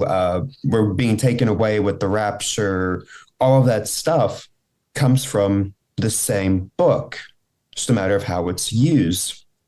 And I would personally agree with you, Jamie, that the devil is not this boogeyman, this antithesis to God, this figure who's just looming over your shoulder, waiting for you to mess up, to, I don't know, to take your soul or whatever they're teaching nowadays. But it's more so about our internal struggles, which goes back to the original interpretation of Yetzirah. Mm-hmm. I think it's a very enlightened viewpoint for a very ancient people. It shows how sophisticated the Jewish thinkers were, absolutely, or the ancient Israelites, and how it evolved into, I think, something that's far superior to what we had from the Middle Ages, dark to the middle. Ages. And I think the Enlightenment tried to get us a bit out of that, but it went into the empiricist direction, which is the other side of the problematic coin that Father Chris was talking about. All right, so I'm not opposed to continuing these thoughts. If the audience has more on this, let us know. But I don't want to miss your questions. It is open lines, open topics after all. So I know that, Jamie, you said that there were some. So let's get to some of those. Somebody did ask Jamie if it's up to Jamie, of course. But there was a question about Jamie from Moosh. Jamie, only answer if you want. When you experience your near-death experience, what were your beliefs at the time? Yeah, I saw that. So I was raised in a Protestant church. There's a Swedish church called the Covenant Church back home in Illinois. I was baptized, confirmed in the Protestant church. I did grow away from it because there were so many things that could not be explained to me as I got older. I would ask questions and not get the answers. Experiences life, I came into law enforcement and I saw things, dealt with things that couldn't be explained with the way I was brought up. So I had left the church, but I still consider myself Christian. I had dabbled a little bit in what we would call, I guess, shamanism, which would be more of a Native American approach, very, very nature oriented. And then when the accident happened, well, it wasn't an accident. The dumbass was high and on meth. But when he hit me on my motorcycle, and I was thrown 50-some feet and plopped like a wet fish on the pavement, and knew I was in trouble because one leg was up by my head and it wasn't supposed to be there. And the ambulance shows up. I can hear life flight landing. And when you're a police officer, you know the process. I knew I was in bad shape. And so I wasn't thinking about, anything, but this is it. I knew I was going to die. But it wasn't any shamanistic thing that called to me. It wasn't any other, it wasn't Zeus. It wasn't, it wasn't any other entity that came to me. I guess you could say I went on what I knew. But the only thing that I could think of was, God, I'm in your hands. And that was it. And I was, because I woke up and you've all heard my paranormal, my near-death experience before. I'm not going to get into it too much. We can talk about it later. But I knew before the lights went out, that's the last thing I said was, God, I'm in your hands. And 7 days later, I woke up. And I was very surprised I woke up. But the experience I had while I was under, it was a Christian experience, but it was so raw and so real that you will never, ever be able to tell me that it was the medications or it was this or it was that. No. You would say it's more real than real life, right? It was more real than us sitting together right now. Yeah, that's what I can tell everyone you about, says yes. And, when they have these near-death experiences, yeah. And there was no doubt in my mind why I woke up. And so that, that experience with everything else that happened while I was in the hospital, weird, strange events that I couldn't explain until almost years later, that's when I was pursuing. I pursued for 2 years trying to find answers, and I knew I wasn't going to find it in the traditional way I was brought up. So when I found the bishop, it was more to learn about what I might have experienced, if I might have found answers with the paranormal side of things. But then he kind of opened up my eyes to, like, this is what happened. He's the only one that was able to tell me, this is what I think you experienced while you were in a coma. And it made sense. And so that opened up a whole basket of learning about what it's really like, what Christianity is really like, what God is really like, and what the real struggle is. And the real struggle is us. So, yeah, to answer the question, I was a non-practicing Christian. And the accident was, I will swear to the day I die, God kicking me in the ass and bringing me back home. That's all I can say about it. It's kind of an honor, actually, to that you're with us, because in so many ways, I know that you're a fairly discriminating person, to say the least, and And the fact that you stuck around this long means that we must be doing something right. So yeah, maybe a few things. Maybe a few things.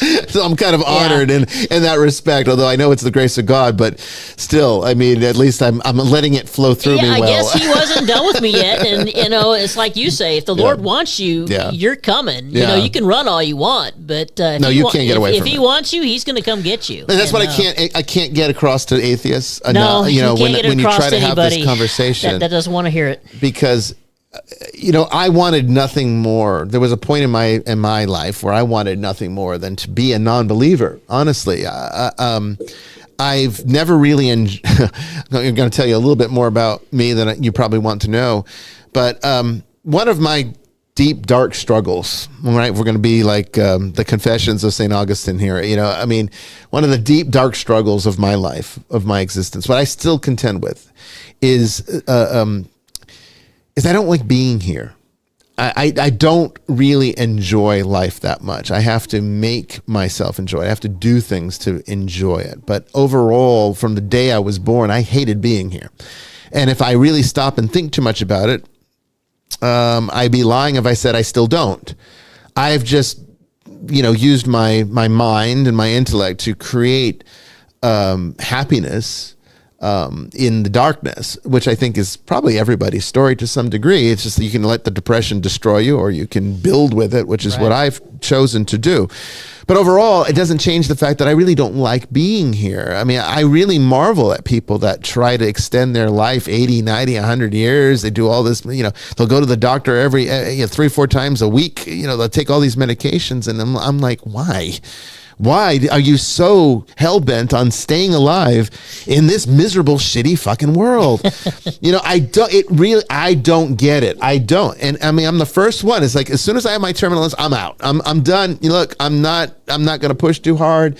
Don't, if I ever come on the air and say, you know what, I got the diagnosis, that's it, I've got terminal cancer, don't get angry with me when I say I am rejecting treatment, because unless it's a really, really, really, really treatable illness, and I'm doing that more so for the people left behind and the people that I can still serve through this ministry, through my family and everything else, than for me, unless there's like some really good, better than 50-50 chance that I will have a long, healthy life beyond the illness, I'm not taking treatment, because I don't want to be here any longer than I have to be.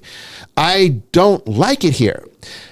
So with that in mind, one of the things that, that this struggle leads me to is also an open realization for this has been the drive for my finding God. Okay. Because we're not supposed to be content in this world. Well, I don't think we should. I really don't think we should. But the thing is that I was so discontented, so disillusioned, that I really didn't want there to be a God, because it made so much more sense to just be like, you know what, the best, easiest point of least resistance for me at this point is to die and become nothing. That at least is like lights out. Nothing matters anymore. Who gives a shit what I did? Who gives a shit what I'm about to do? I'm done.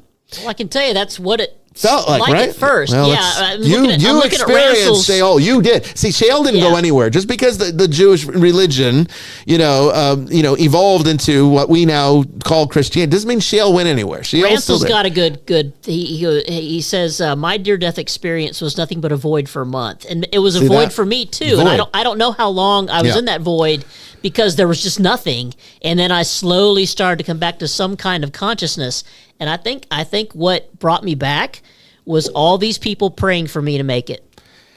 Well, see, this is also my little seed that I had, my baptism, my faith that goes way back when I was having my torment in that coma, and I called upon Christ and I called upon Saint Michael, and then I had all these other prayers coming to me from outside of it. I think that's what brought me back. If it had not been for the prayers, I would not be here. This elucidates to a certain point, though, that you're bringing up, because one of the reasons why, I know it might be sort of mystifying to some of you out there, how this Catholic exorcist can talk in these kinds of ways about these subjects and not take that traditional viewpoint. But the reason I hold the viewpoints I've shared with you tonight about the nature of the devil and the nature of hell, more so last week, but still, on topic, is because I've used a little of that nasty little scientific objective method, scientific method, objective empiricism.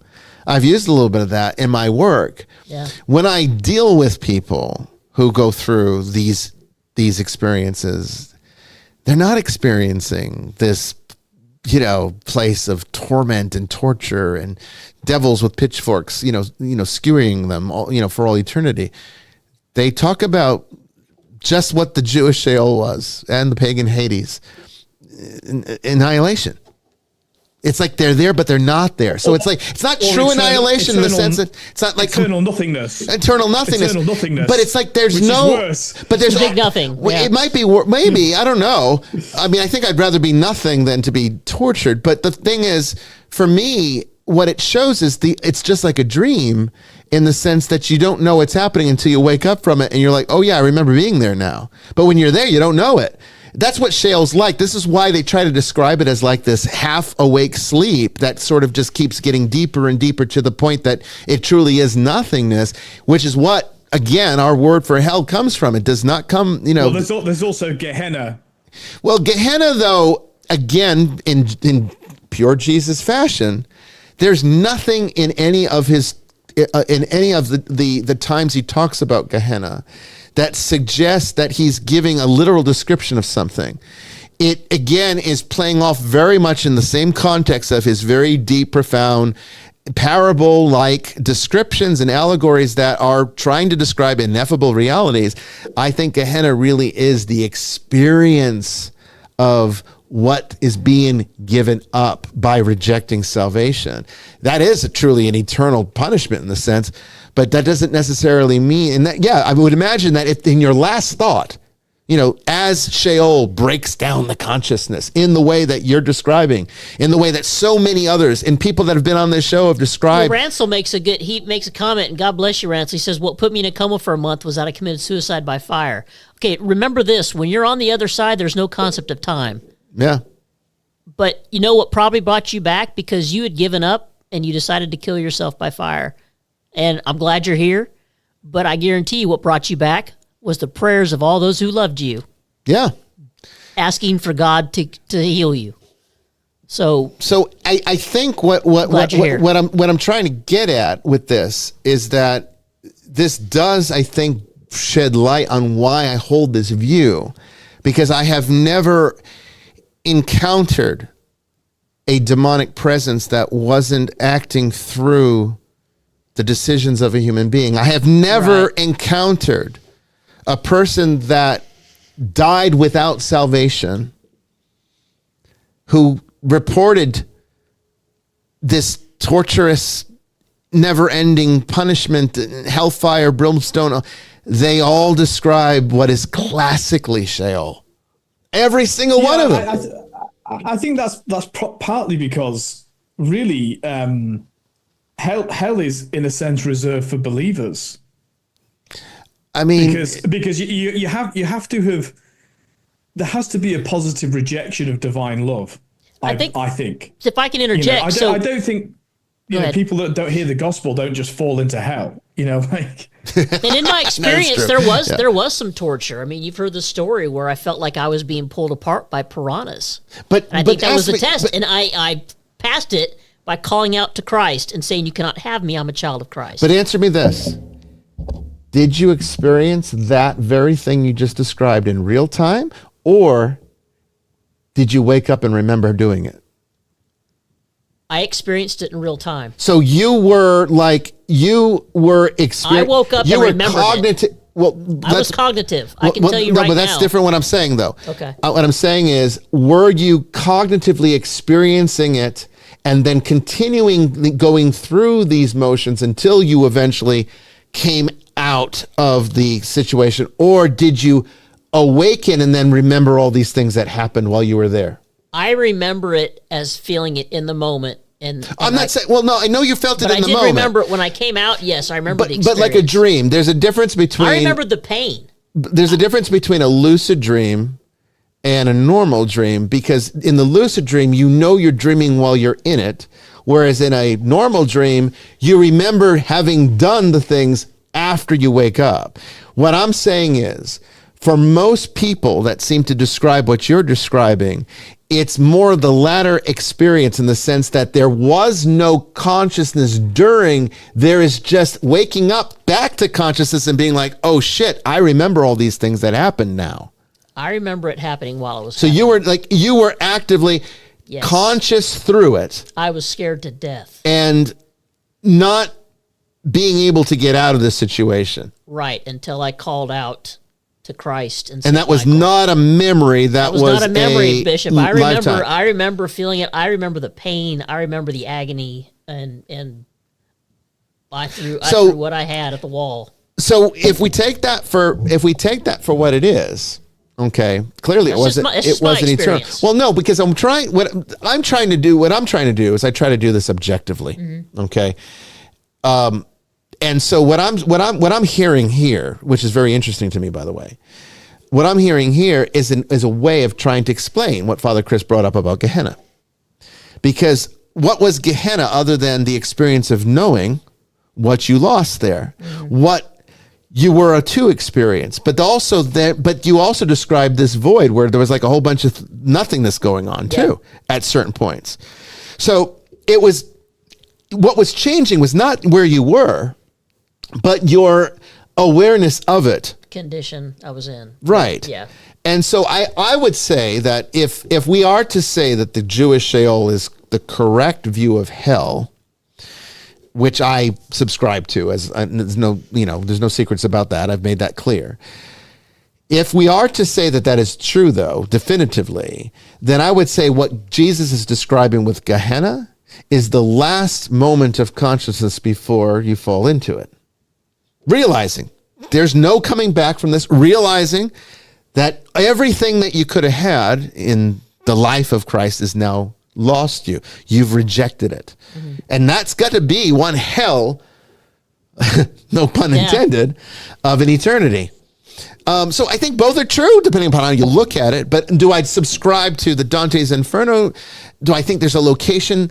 Do I think there's even a state? Yeah, right. Dante's Inferno is not scripture. No, it's not, but it is definitely how the church... It's had an influence on the culture, yeah. And the church, too. Yeah. I mean, I think when you hear these saints that claim to have, visions of hell, modern day ones, right? Teresa of the Little Flower, I think, had a vision of hell, didn't she? There were a few, actually. Even Teresa of Avila did, I think, if I'm not St. John mistaken. Bosco, yeah. They're all very Dante Inferno-like. They're not really reflective of the Jewish Sheol, which is what I tend to hear from what is called the classic negative near-death experience that we've discussed in previous seasons on this show. Oh my God, so much to talk about. It's like, can we believe we've been gone through 2 hours already? We're getting ready for our last break before the third hour, so don't go anywhere. We'll be right back after this.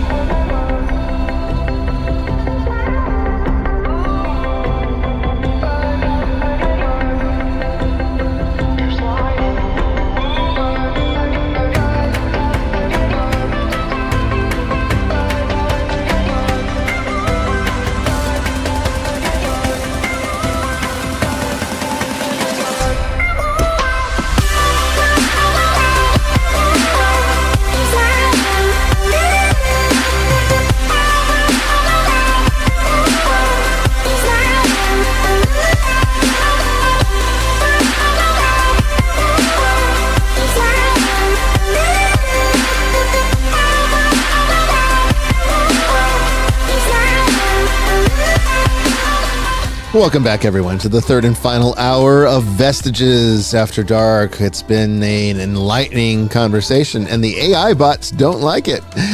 We got a message on TikTok that said that it will no longer be promoted, or at least this episode will no longer be promoted because we have discussed sensitive topics that may upset people.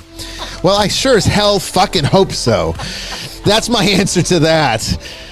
I mean, give me a fucking break. Are you that? I mean, honestly, are you that pitiful of a species that you can't handle a real conversation? What, I have to be playing little fucking video games for you in order to, what, I gotta be talking about bullshit?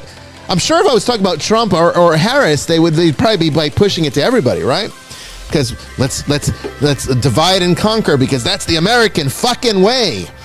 Well, it's apparently the Chinese way, too. Isn't TikTok still a Chinese company?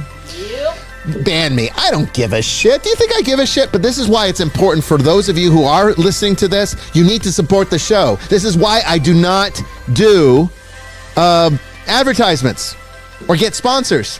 You have to be the ones to do it. You have to like and subscribe. You have to share this podcast, and you have to support it financially, because no one else is going to. I can't do it the traditional way. They won't let me. If you are upset about that, then you have to be the one that takes the burden on. Sorry. If you want this kind of content, and I think it needs to be said, then that's what you have to do. Don't ignore that. Too many of you do. And one day this show won't be here. But tonight we're still here, so we'll be back after this.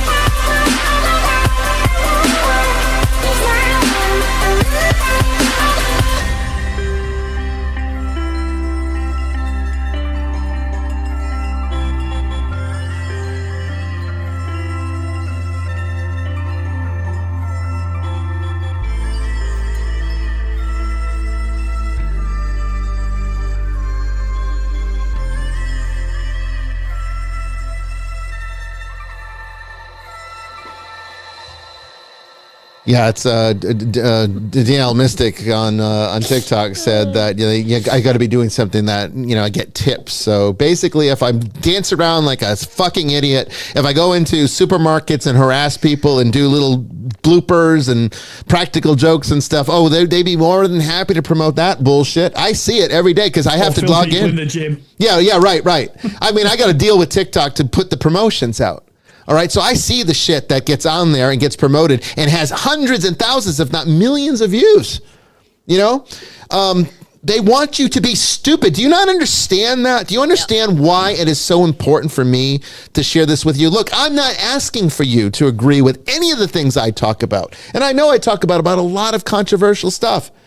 I do that by design. It's not to upset you. It's about to get you back to fucking reality because no one else is going to. They keep pushing you further and further into the delusion with the American politics and the bullshit. Delusional people are easy to control. Well, very easy to control. And is that what you want for yourself? Is that what you want for yourself? I don't think my audience wants that.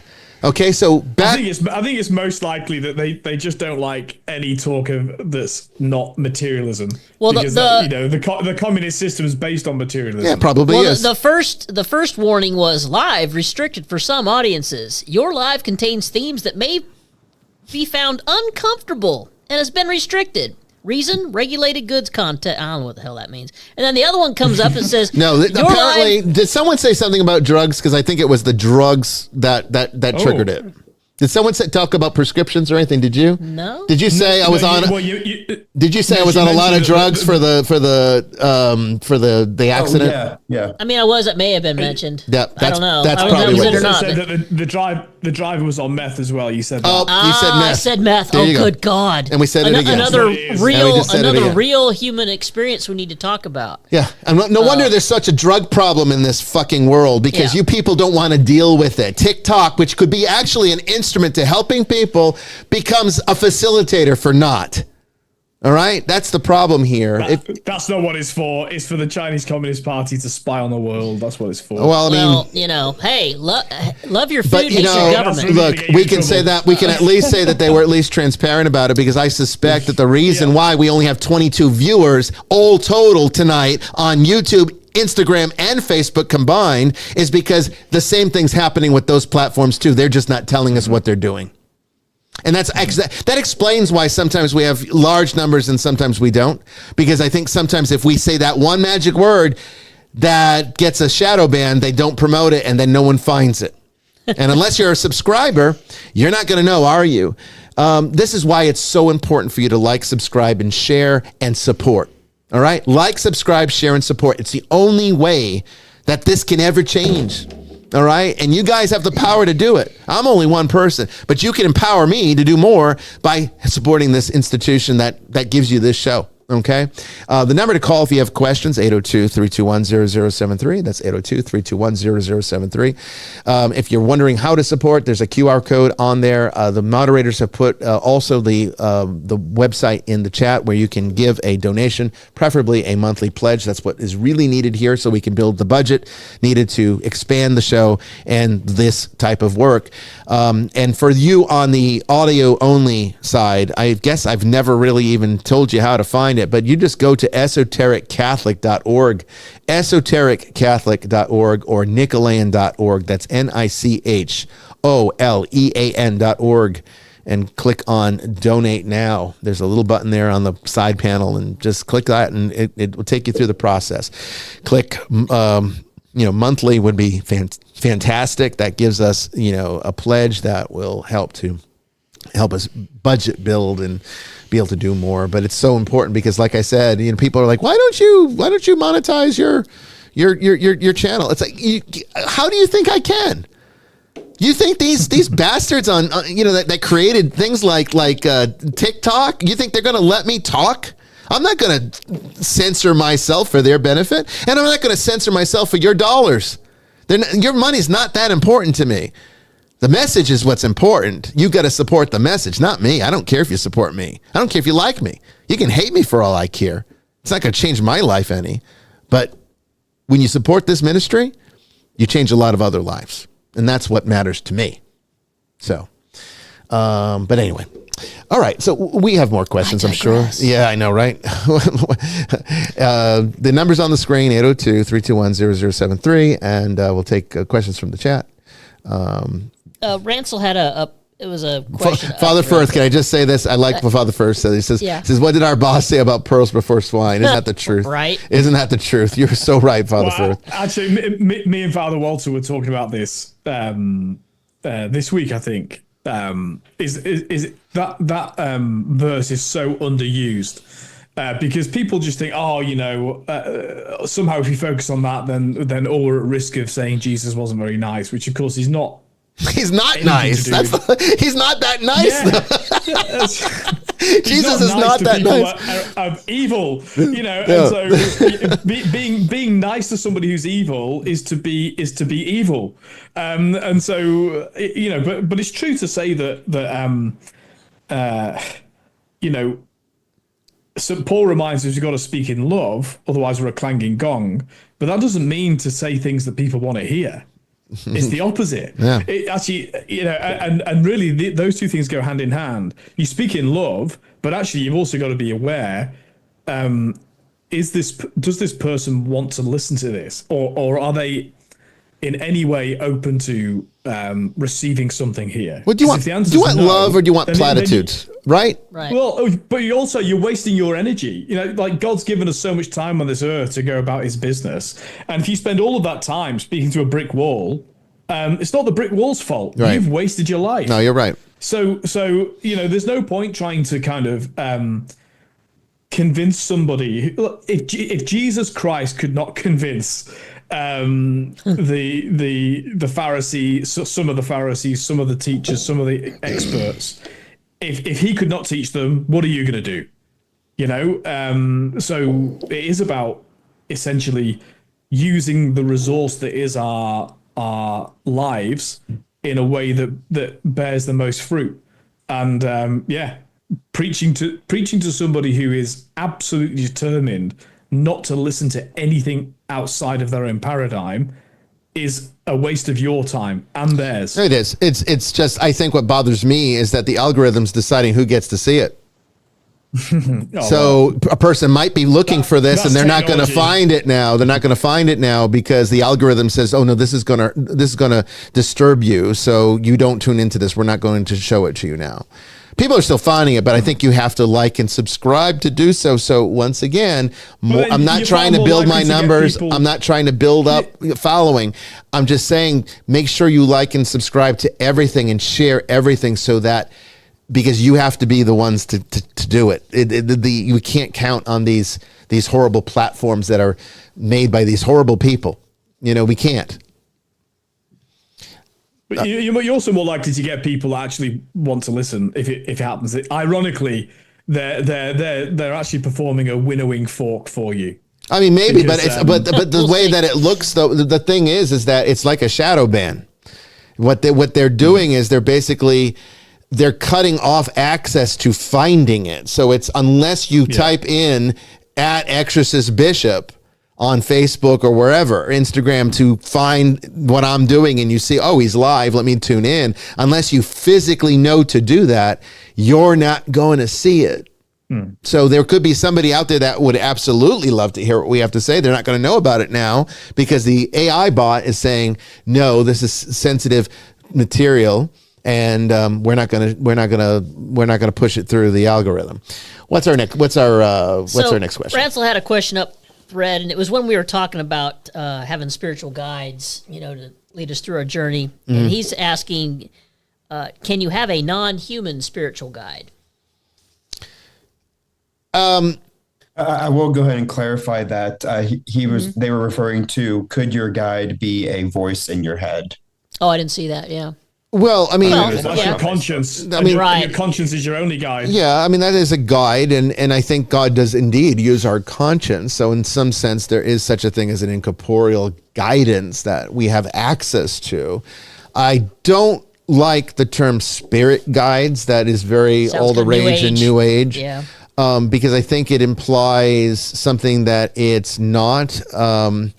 And what it really is there is a connection that we do have. I mean, I'm going to get somewhat metaphysical here, maybe a little bit theosophical, dare I say, but we do have access to what is known as the Akashic records, or if you prefer the more psychological term that Jung coined, the collective unconscious, collective unconscious.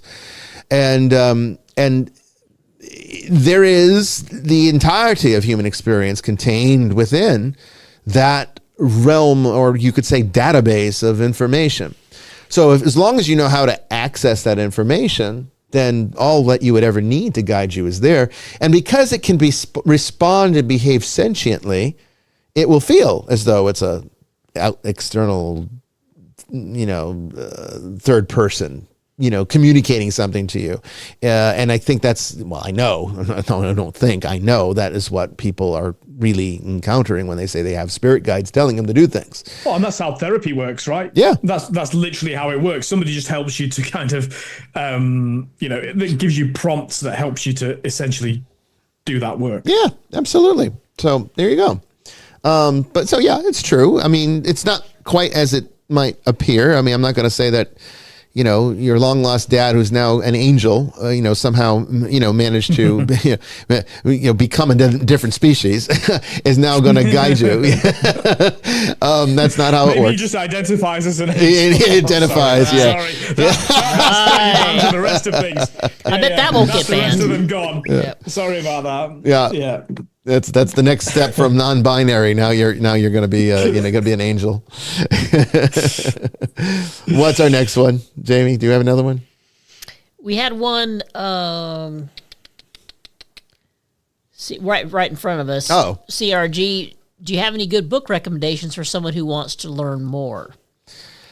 Book recommendations. See, this is a tough one, okay, Yeah. because there Also isn't depends on what you're really. looking for. Yeah, I mean, you're talking about a large gamut of information that is very very select. I mean, I'm very selective in what is considered good material, and the majority of it is not.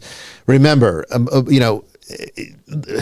knowledge is like anything else, unfortunately, that should be good and free, not because I think that, anybody should just be able to go willy-nilly and just take it take it for granted, but because as soon as you make something for profit, you now have changed the dynamic upon which it works, and it's no longer sincere. And the problem is that, just like healthcare, when you add in the for-profit component, now you have to worry about people doing it because they want the money rather than they want to do a good service. So unfortunately, the large supply of books on this subject matter is people that are trying to make money, and publishers that are trying to put through books that they know will sell rather than stuff that actually is good content. So I don't really give book recommendations because I don't really read that kind of shit anymore. I mean, I've read a lot of it. I mean, I've got thousands of books in my library, and Jamie can testify to that. Does, yeah. And some of them are really good. A lot of them are not.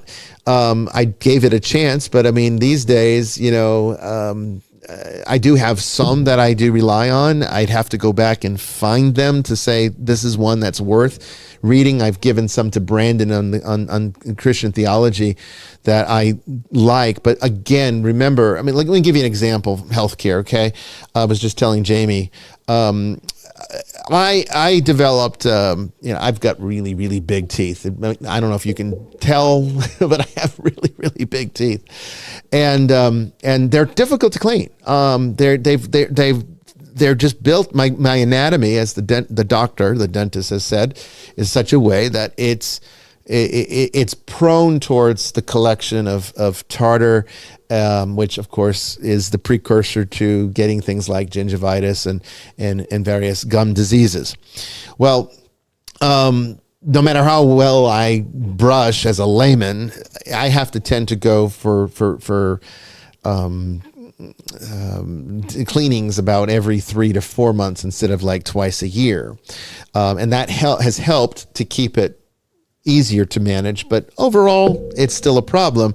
And during COVID, because of my adamance, I was adamant about not participating in this masking bullshit. I refused to go to any location that required it of me. And all the dentist offices did, which is really kind of stupid since you're going there to keep your mouth open the whole freaking time. So it never made sense to me. But anyway, this is the way it was. So I didn't go. Yeah. And what ended up, I mean, it was insanity. So I didn't go. And what happened was that problem progressed into where it became an infection beneath the gum line closer to the root of the teeth in the back. And so when I finally returned to the dentist, they said to me, "Oh yeah, you're going to need a deep cleaning because it's so inflamed." And I said, "Okay." So this is not covered by insurance, so it costs like $1,100 for this deep cleaning, which in my opinion was no different than the regular cleaning, and it did squat shit. It did not help the problem, but that's what they said to do, and I did it, and it didn't work. And so when I went back for my next cleaning, the doctor said, "You're going to need to see a periodontist to have gum surgery." And essentially what they do is they cut into the gums, they separate it from the tooth, and they wash out the infection right down at the root, and then they suture you back up. And it doesn't sound very pleasant. It was going to be about a $3,300 procedure. So I went to the periodontist, and she described to me what to expect, and she was ready to do it that day. And I said, "Well, have we processed it with insurance yet?" And she's, no, we haven't done that. It's like, well, let's make sure that the insurance is going to pay for it, because I mean, I'm tired of throwing thousands of dollars at this problem, because I'm no more confident that this is going to work any better than the last thing I was told to do, which I did pay for happily. And I'm getting a little frustrated at this point. So I said, so she comes back and the insurance, she says, "Well, we're going to have to wait to find out." I said, "Well, then I'm going to wait until we get the determination before I proceed with this, because if I'm going to pay $3,300, I want to make sure it's going to work." Okay. So right now, let's just see what the insurance company says. And I am paying a lot of money for this insurance. I'm self-employed, so I don't have an employer that pays for my insurance. I have to do that out of pocket. Okay. So it's very costly when you do it that way. And so so basically I told her, I said, before I left, I said, "Are you absolutely certain there's nothing else I can do? There's no other procedure, something less invasive before we jump right into surgery?" She goes, No, you're too far gone. The problem's too far gone. You're going to need to do it. So we put this claim through insurance 7 times. 7 times it comes back denied. The insurance company says that their doctor reviewed it, who had never actually looked at me, but looked at the report and said, "Oh, your problem is not bad enough to warrant this procedure." I said, "Well, really? That's interesting, because I got 2 doctors that say I need this, and your doctor's saying I don't. So who the hell am I supposed to believe? Both of you are trying to make money. I mean, insurance companies are just glorified hedge funds, and doctors are pretty much the ones that support the hedge funds. So who the hell am I supposed to believe when everyone's out in it for the money?" So you know what I did while I was waiting for this to be resolved? I just decided to take matters into my own hands, knowing a little bit about medicine. I was pre-med for a while, just figure things out. And I bought myself a high-end dentist quality toothbrush and water pick. Yeah. And I filled the reservoir with water with hydrogen peroxide. And I put it at full blast, and I just blasted the hell out of all these crevices. Okay, and I did that for 2 weeks, and went to the dentist, and had my teeth cleaned, and no one said anything to me about anything, and the cleaning was normal. And so the dentist comes in after the hygienist finishes and says, "Are there any problems that you need to report to me?"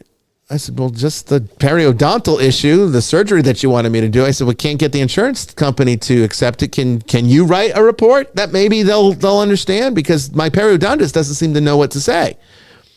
And he goes, What are they saying?" So I said, "Well, they're saying that I don't need this procedure." And so he looked at the paperwork that the insurance company sent back. He says, "Well, let me look inside your mouth." He looks inside my mouth. He says, "Your mouth is fine. You don't need you don't need this. This is a very aggressive treatment." I said, "Well, you're the one that referred me to her for this."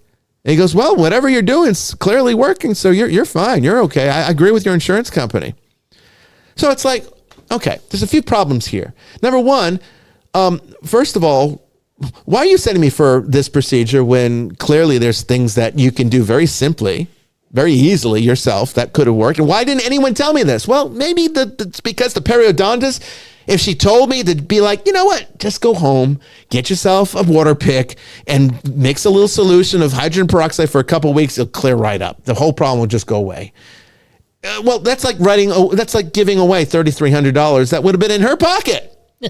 This is the problem with for-profit medicine, okay? And this is the same thing with books, okay? You can't trust, just because someone wrote a book and some publisher decided to publish it, that it's any good. I wrote a book too, you never read it. You know why? Because the publisher won't touch it. And don't tell me about the self-publishing, because there's all sorts of problems with that too, okay? I'm resigned to the fact that this book will never be published. You want the material that's in there, join my webinar. That's where it's shared. And my students can testify to the quality there. Okay. But this is the issue here. So I can't really recommend too many books. There are some, but I'd have to go into the library and get them. I can't tell you any off the top of my head what they are, what the authors are that I would suggest. So there you go. What's our next question? Well, Chris, obviously new to you because they would know otherwise. What are your thoughts on the idea of tarot being used by Christians to get more spiritual insight from God? All right, so welcome. I have taught tarot for more than 30 years. Okay. I probably know more about tarot than most people that have set up their little, makeshift fortune telling stands at the Renfest, or I know I do because I've gone to their readings and they're laughable. There's an older lady that's pretty good. So there's always a few people that are somewhat decent, but anyway, I don't have any problem with divination. And you're going to be shocked by this because I'm sure your pastor told you that it's evil, that it's it's of the devil, right? And the Bible forbids it. But again, the problem here, this is one of the best examples of taking things out of context. Okay, so when the Bible forbids things like divination, what's not being shared with you, because you're just reading what it says and not the context behind it and the historical understanding that every Jew would have had back then when this was written down, is that divination back then wasn't done with tarot cards. They were usually done through necromancy. In other words, even if you used a medium like runes or something, which would have existed at that time in certain places, and certainly like the Danish tribes would have had access to stuff like that. But in the pagan world that the Jews found themselves in, you would communicate with the dead to get this information through the vehicle of whatever medium you were using. Okay. Even Chinese I Ching, in its core principle, is based in the idea of the ancestors spiritually sharing with you the data because they're outside of time now. Okay. The problem, what is condemned in Scripture is not divination on its own, because clearly there's the breastplate, the stones on the breastplate, the Ummim and Thummim. Am I saying that right? Ummim and Thummim. I can never say it right. I think I said that right. On the breast. How I say it. Yeah, Ummim and Thummim. It's on the breastplate, and that was used by the high priest to divine through two stones. We don't exactly know what they looked like or how they operated, but it was to divine in some kind of lot drawing, most likely, God's will. All right, that was perfectly acceptable because there was no necromancy involved. Okay, tarot, I'm presuming that when you shuffle your deck, or if you're going to your local fortune teller, you're not conjuring the dead at the same time. Maybe some people do that way, but that's what's being condemned, not the divination itself. The only thing I would caution is that there is another problem from more of a moral, relational point of view, is that you got to be careful not to let the cards dictate to you deterministically things that will interfere with your free will, which is the other problem with divination. So the other thing that the Bible's condemning is determinism. In other words, if you're using it to discern God's will in a sense that it empowers you with the knowledge of inspiration, that's fine. There's no sin in that. That's not what the Bible condemns. What the Bible condemns is saying that, oh my God, the card said I'm going to die. That means I'm going to die. Yeah, let me go hide in the closet. Yeah, that's determinism. That's what's being condemned. And then remember, sometimes, people forget that prayer is far superior to shuffling a tarot deck. Most of the time, you don't need tarot. Most of the time, you just need prayer. So, don't necessarily always go towards the more magical, manifestations. Well, or if you can't, you reach a position where you can't make any decision for yourself without it. Yeah. Going to a tarot card reading, it's like, no, that's definitely wrong. Yeah. Because you've basically ceded your moral choices. You've ceded your deliberate action in the world to something external to you. That is definitely wrong. We're supposed to deliberately live our lives. Yeah. Yeah. So that's my answer to that. There's nothing wrong with tarot with the right spirit, but don't fool yourself. Don't say that, I'm going to shuffle just to get to God's will and then start getting all deterministic with it. That's still sinful. So it's tricky. I would say that if you're really not confident in knowing how to do it correctly, then just stay away from it altogether. So I tend to be very, very critical of casual tarot. Also, you've only got so much time and energy in your life. Mm-hmm. So if you've not yet figured out that Jesus Christ is your Lord and God and Savior, and that you find meaning in life going to the Mass and going to confession, do that first. Yeah. Yeah. Do that first, then worry about the other things. And if you're really doing it the right way, that's what the cards are going to tell you to do anyway. They don't really tell you what to do. They tell you basically how to consider the possibilities of what you must do. And that's real divination. Okay, that's really the best way to do it. I would also go ahead and add to that based on my personal experiences with the tarot, essentially what it does is just tells me what I already know. It's just bringing it up to the surface. Mm-hmm. So it's not like trying to tell the future, essentially, because the best example I can give was the previous job I had. I hated it. I hated going there, which was the job that someone threatened to kill me. I hated going there. And so I did a reading like, what am I to expect? And the only card that came up was death. And I realized even before that I need to find another job. Yep. But it came up to the surface that said, yes, you should find another job. Mm-hmm. So to me, using tarot as a tool of self-reflection is immensely helpful. Very. Yeah. As long as it's done in the right spirit, it's not overused, and it's not seen as a replacement for prayer or the sacraments. Right. I think, in that spirit, it's fine, but only by those who are truly trained in doing it. I don't think you should go to the store and pick up your local tarot book from Amazon or whatever and start doing readings for yourself or others. I think that's very harmful. So I would say that is definitely wrong. In fact, interestingly enough, in 2 weeks, we don't have a show next week because of the election, and nobody showed up to the show for when we had the debate. They probably wish they would have. Yeah, I know, right? It was a disaster. But I guarantee you no one's going to show up to the show on election night. So we just decided not to hold a show next week. So there is no show next Tuesday. The next show will be in 2 weeks. And it's on the ethics of divination. We're going to have James Ferreira back. He's been a guest on this show before, only once, I think. It's his second appearance on this show. And he's going to talk about, he's become very an expert in tarot, and he's going to talk about, doing tarot ethically. So if you're interested in the subject of tarot, I would very much encourage you to watch that show in 2 weeks. And I know that Father Firth, he has his James Bond tarot deck. I don't know if he divines with it, but he's got it. He does. He does. Yeah, it's pretty cool. It's pretty damn cool. Okay, what's our next question? Anyone see another one? All right, you fellas got one. So we had two from Facebook. Okay, we can kind of like lump them together because they're essentially the same topic. From Ransel, why do Free Will Baptist churches in West Virginia get so hung up on the fire, devil, and you're going to hell?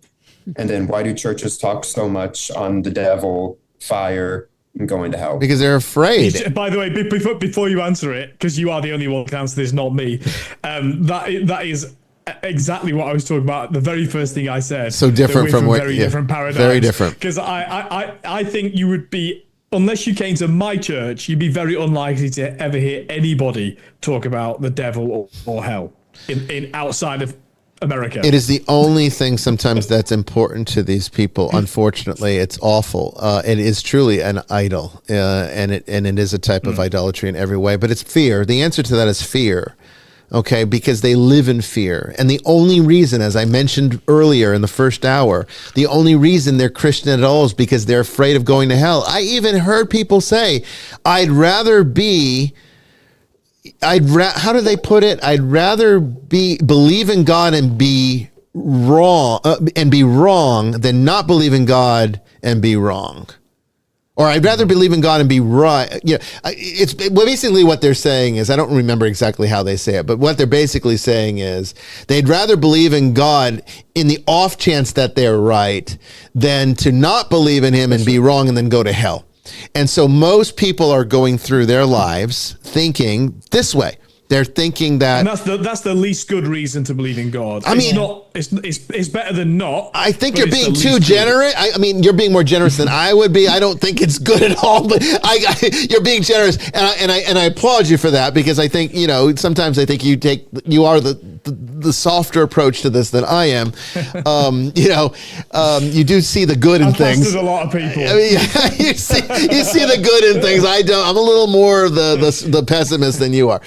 But I guess you could say that maybe in some bizarro world, that there's possibility that the stars align and people might be like, oh, Jesus is a good guy. I mean, maybe I've been going about this whole Jesus thing the wrong way. I mean, I guess there's a possibility that at least they're focused on it rather than completely apathetic to it.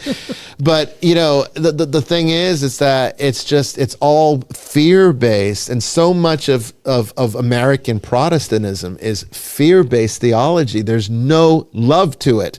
Perfect love drives out all fear. Yeah, and that's what. Look, it's always better to choose a positive option. But look, unfortunately, part of the result of the fall and the human condition is that we do, in fact, and this is not a good thing. This is a bad thing, but it is what is. Yeah. Human beings react to fear and negativity more than they do to positivity. It's why every time there's an election cycle, and this is common to whether you're in Australia or Britain or America. I asked this question of, I won't say who, but a past prime minister of this country, who's somebody who I really like and admire and respect.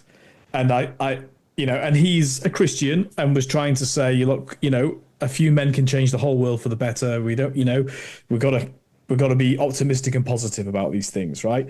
And I said, well, I do know people that make a big difference for good politically in Australia, but when it comes to political campaigns, they're always negative. Yeah. And he said, I know, and it's a problem, but he basically affirmed what I've just said.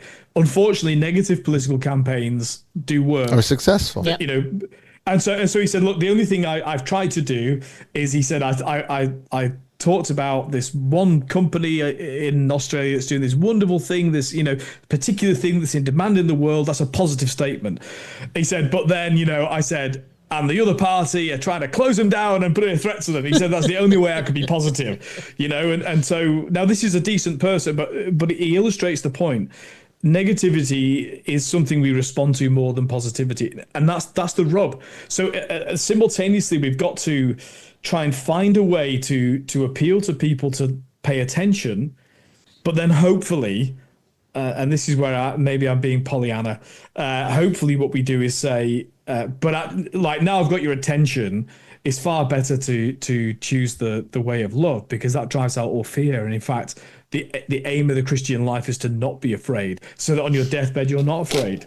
I tried to do that. Clinging onto life. I try to do that find that balance in my sermons. It's not always easy, and I think sometimes, people, although I don't really receive too many criticisms, I would think that sometimes if there are criticisms, one of the ones that would be is that I probably focus a bit too extensively on personal responsibility, because that is, in my mind, the only way to find that balance is that it's in your hands. In other words, it's as perilous or as wonderful as you want it to be. You're not at the mercy of fate, and that's the beauty of it. And that, again, getting back to the last question about tarot, this is another reason why determinism is the sin, not the divination, because you're not at the mercy of fate. You are a creature of creation. You're made in God's image. You have the full access. You have full access to freedom in the same way that God does. You just don't have the power, but you have the same freedom, which is why you can do awful things, and he lets you, because you have absolute freedom. Absolute, without conditions, which means that if you want to murder, he'll let you do it. You want to rape, he'll let you do it. But there are consequences. But there's consequences, yes. Serious ones. And so the only way to really go about this, understanding the love of God, but also not being so blissed out or so fearful, whichever side of the coin you find yourself on, that you can't be, you're never powerless. You have full control at all times of the circumstances, particularly when it pertains to something like salvation. In fact, St. Paul tells us the only time that power, in a sense, is boosted in you or added to you from outside is when you are submitting to the will of God. Yeah, because you get some extra grace. Yeah. It's actually when you well, I mean, Philippians 2, right? It's when you embrace your utter your freely chosen service to God. Yes.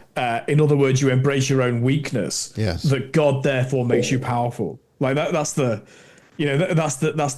paradox of the Christian faith is that to become powerful, we embrace our weakness, and it's why the healing to that and it's no mistake that this happens a lot in Protestant churches, because in the Catholic Orthodox churches, if somebody is made to feel that they're really terrible or they've done something bad or they're in a position of weakness, there's a remedy. The remedy is to go to confession. And in a way, everybody that enters into the confessional is deliberately choosing to place themselves in a position of weakness. And that's where God's power is then manifest. That's true. That's a wonderful way of putting it. Healing. Well, it's why Christ always works the reversal, right? The first will be last, the last will be first, that kind of thing. This is what he's really talking about, right? I mean, it's not just about the literal idea of being the servant that, stands behind everyone, making sure that they don't get lost. I mean, it is that, but it's also it's in every respect, everything about Jesus. You want to conquer death? Well, you face it. You die. You don't run from it. You don't try to prolong your life in some kind of meaningless, pointless way, as so many people try to do. You face it. You face it head on, as he did. And that's, what taking up our own cross is really all about. It's taking on and facing the trials and tribulations and sufferings and working through them and finding one's strength in that, which is exactly what you just said. So, yeah, I mean, that's brilliant stuff right there.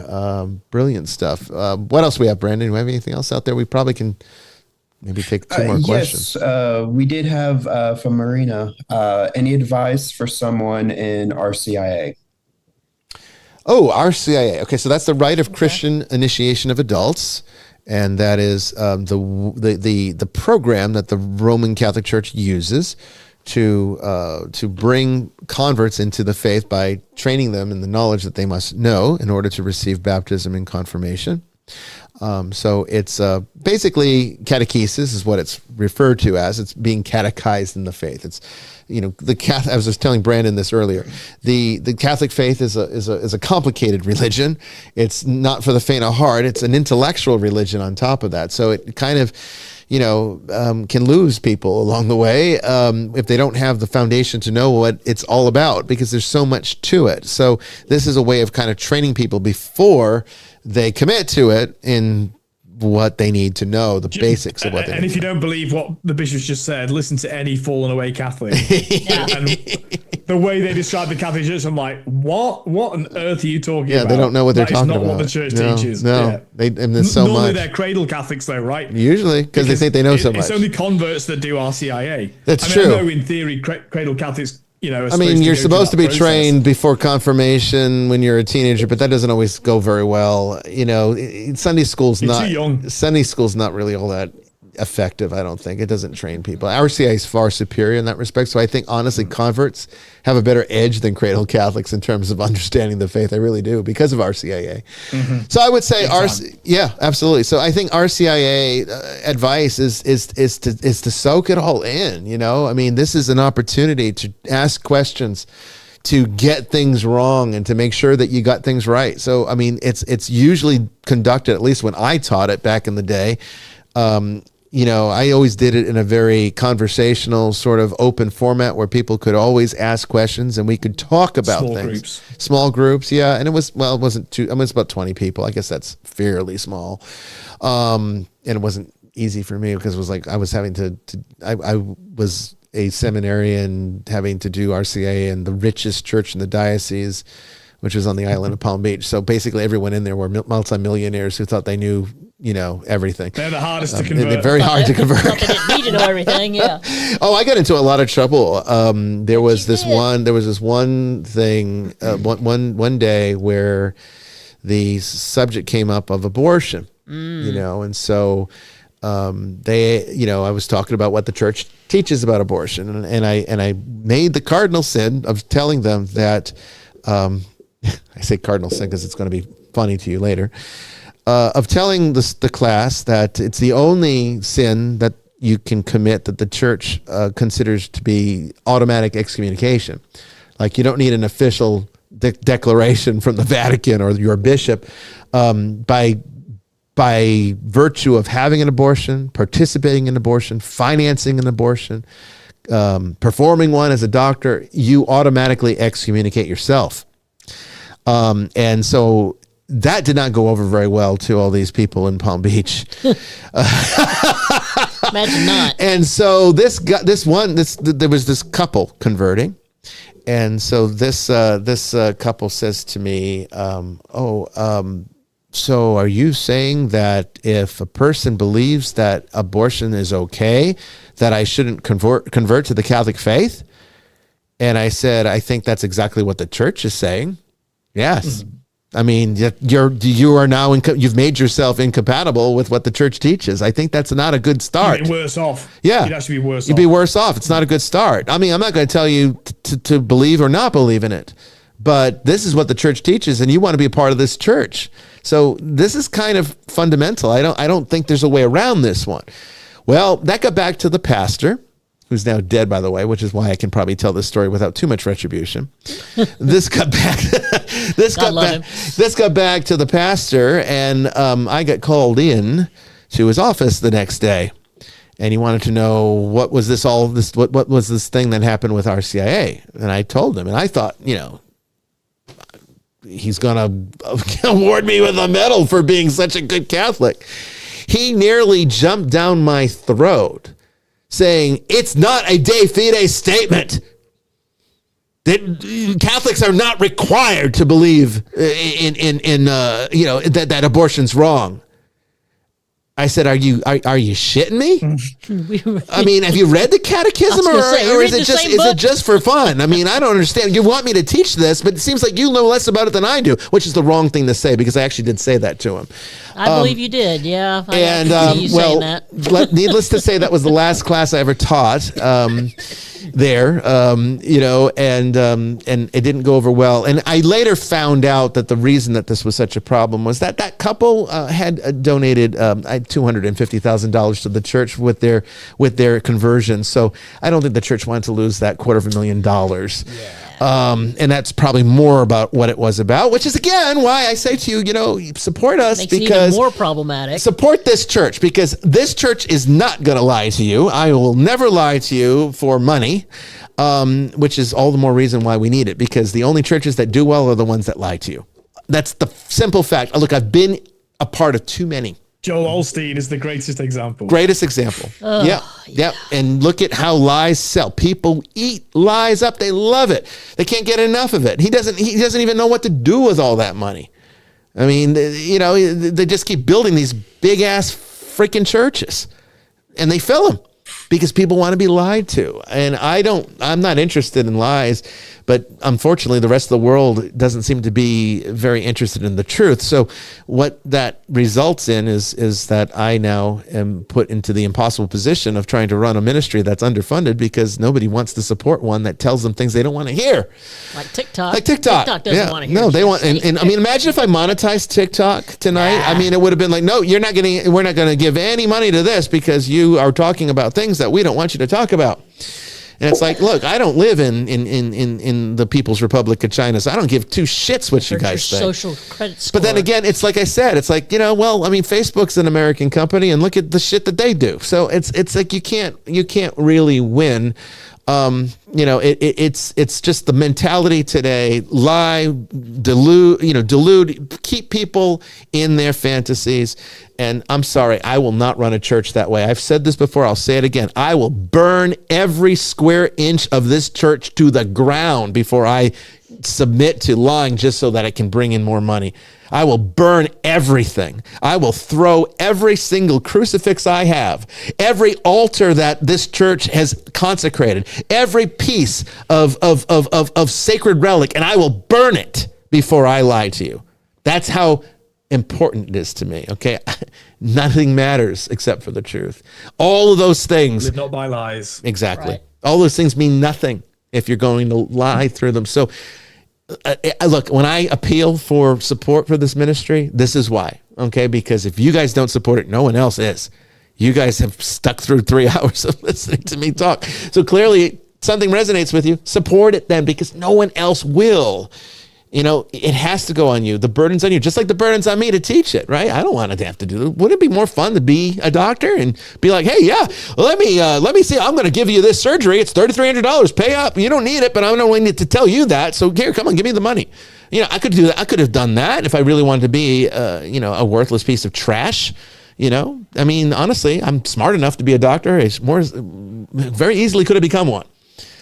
I chose this hard life because the truth is the only thing that matters to me, and that's where we're at today. So anyway, I think that's the end of the show. So Brandon and Father Chris, thank you so much. This was an interesting open lines. We've never done a show like this one, but I think it was a good one. And I mean, I think what it shows is that we're really not on different pages. I mean, I think it's just, it shows the multifaceted perspective that theology sheds light on this world. And isn't it interesting how it reaches us in different ways, each and every one of us in unique ways? That's the beauty of the relationship, that we have access to it in God. So it's wonderful. Jamie, thank you for being here tonight. Always good. It is always good. So. Yep. We, like I said, next week there is no show because of the election. No one's going to tune in. Okay, so it's just going to be a waste of time. But we will be back the following week. So 2 weeks from tonight, we'll have James Ferreira on to talk about ethics in divination, ethics in the tarot. I think you're going to enjoy it. It's going to be a chance for you to learn about some of the things that people don't talk about, like, should you predict a person's death? If you were to see a person's death, should you tell them? Things like that, questions like that. And also just about, what about reading people that aren't in the room? What about reading people they don't know you're reading them? Should we use divination that way, as a way of spying on people or seeing into their lives? These are the questions that will be posited in 2 weeks. We got mass schedule this week too, so it's a pretty hectic mass schedule. We've got Saints Day on Friday, All Souls on Saturday. So make sure you tune in on YouTube and Facebook for those masses if you're so inclined. We'd love to see you there. But that's it. That's all I got for you tonight. Until 2 weeks, I'll see you out there in the ether. God bless everyone. Thanks, everybody.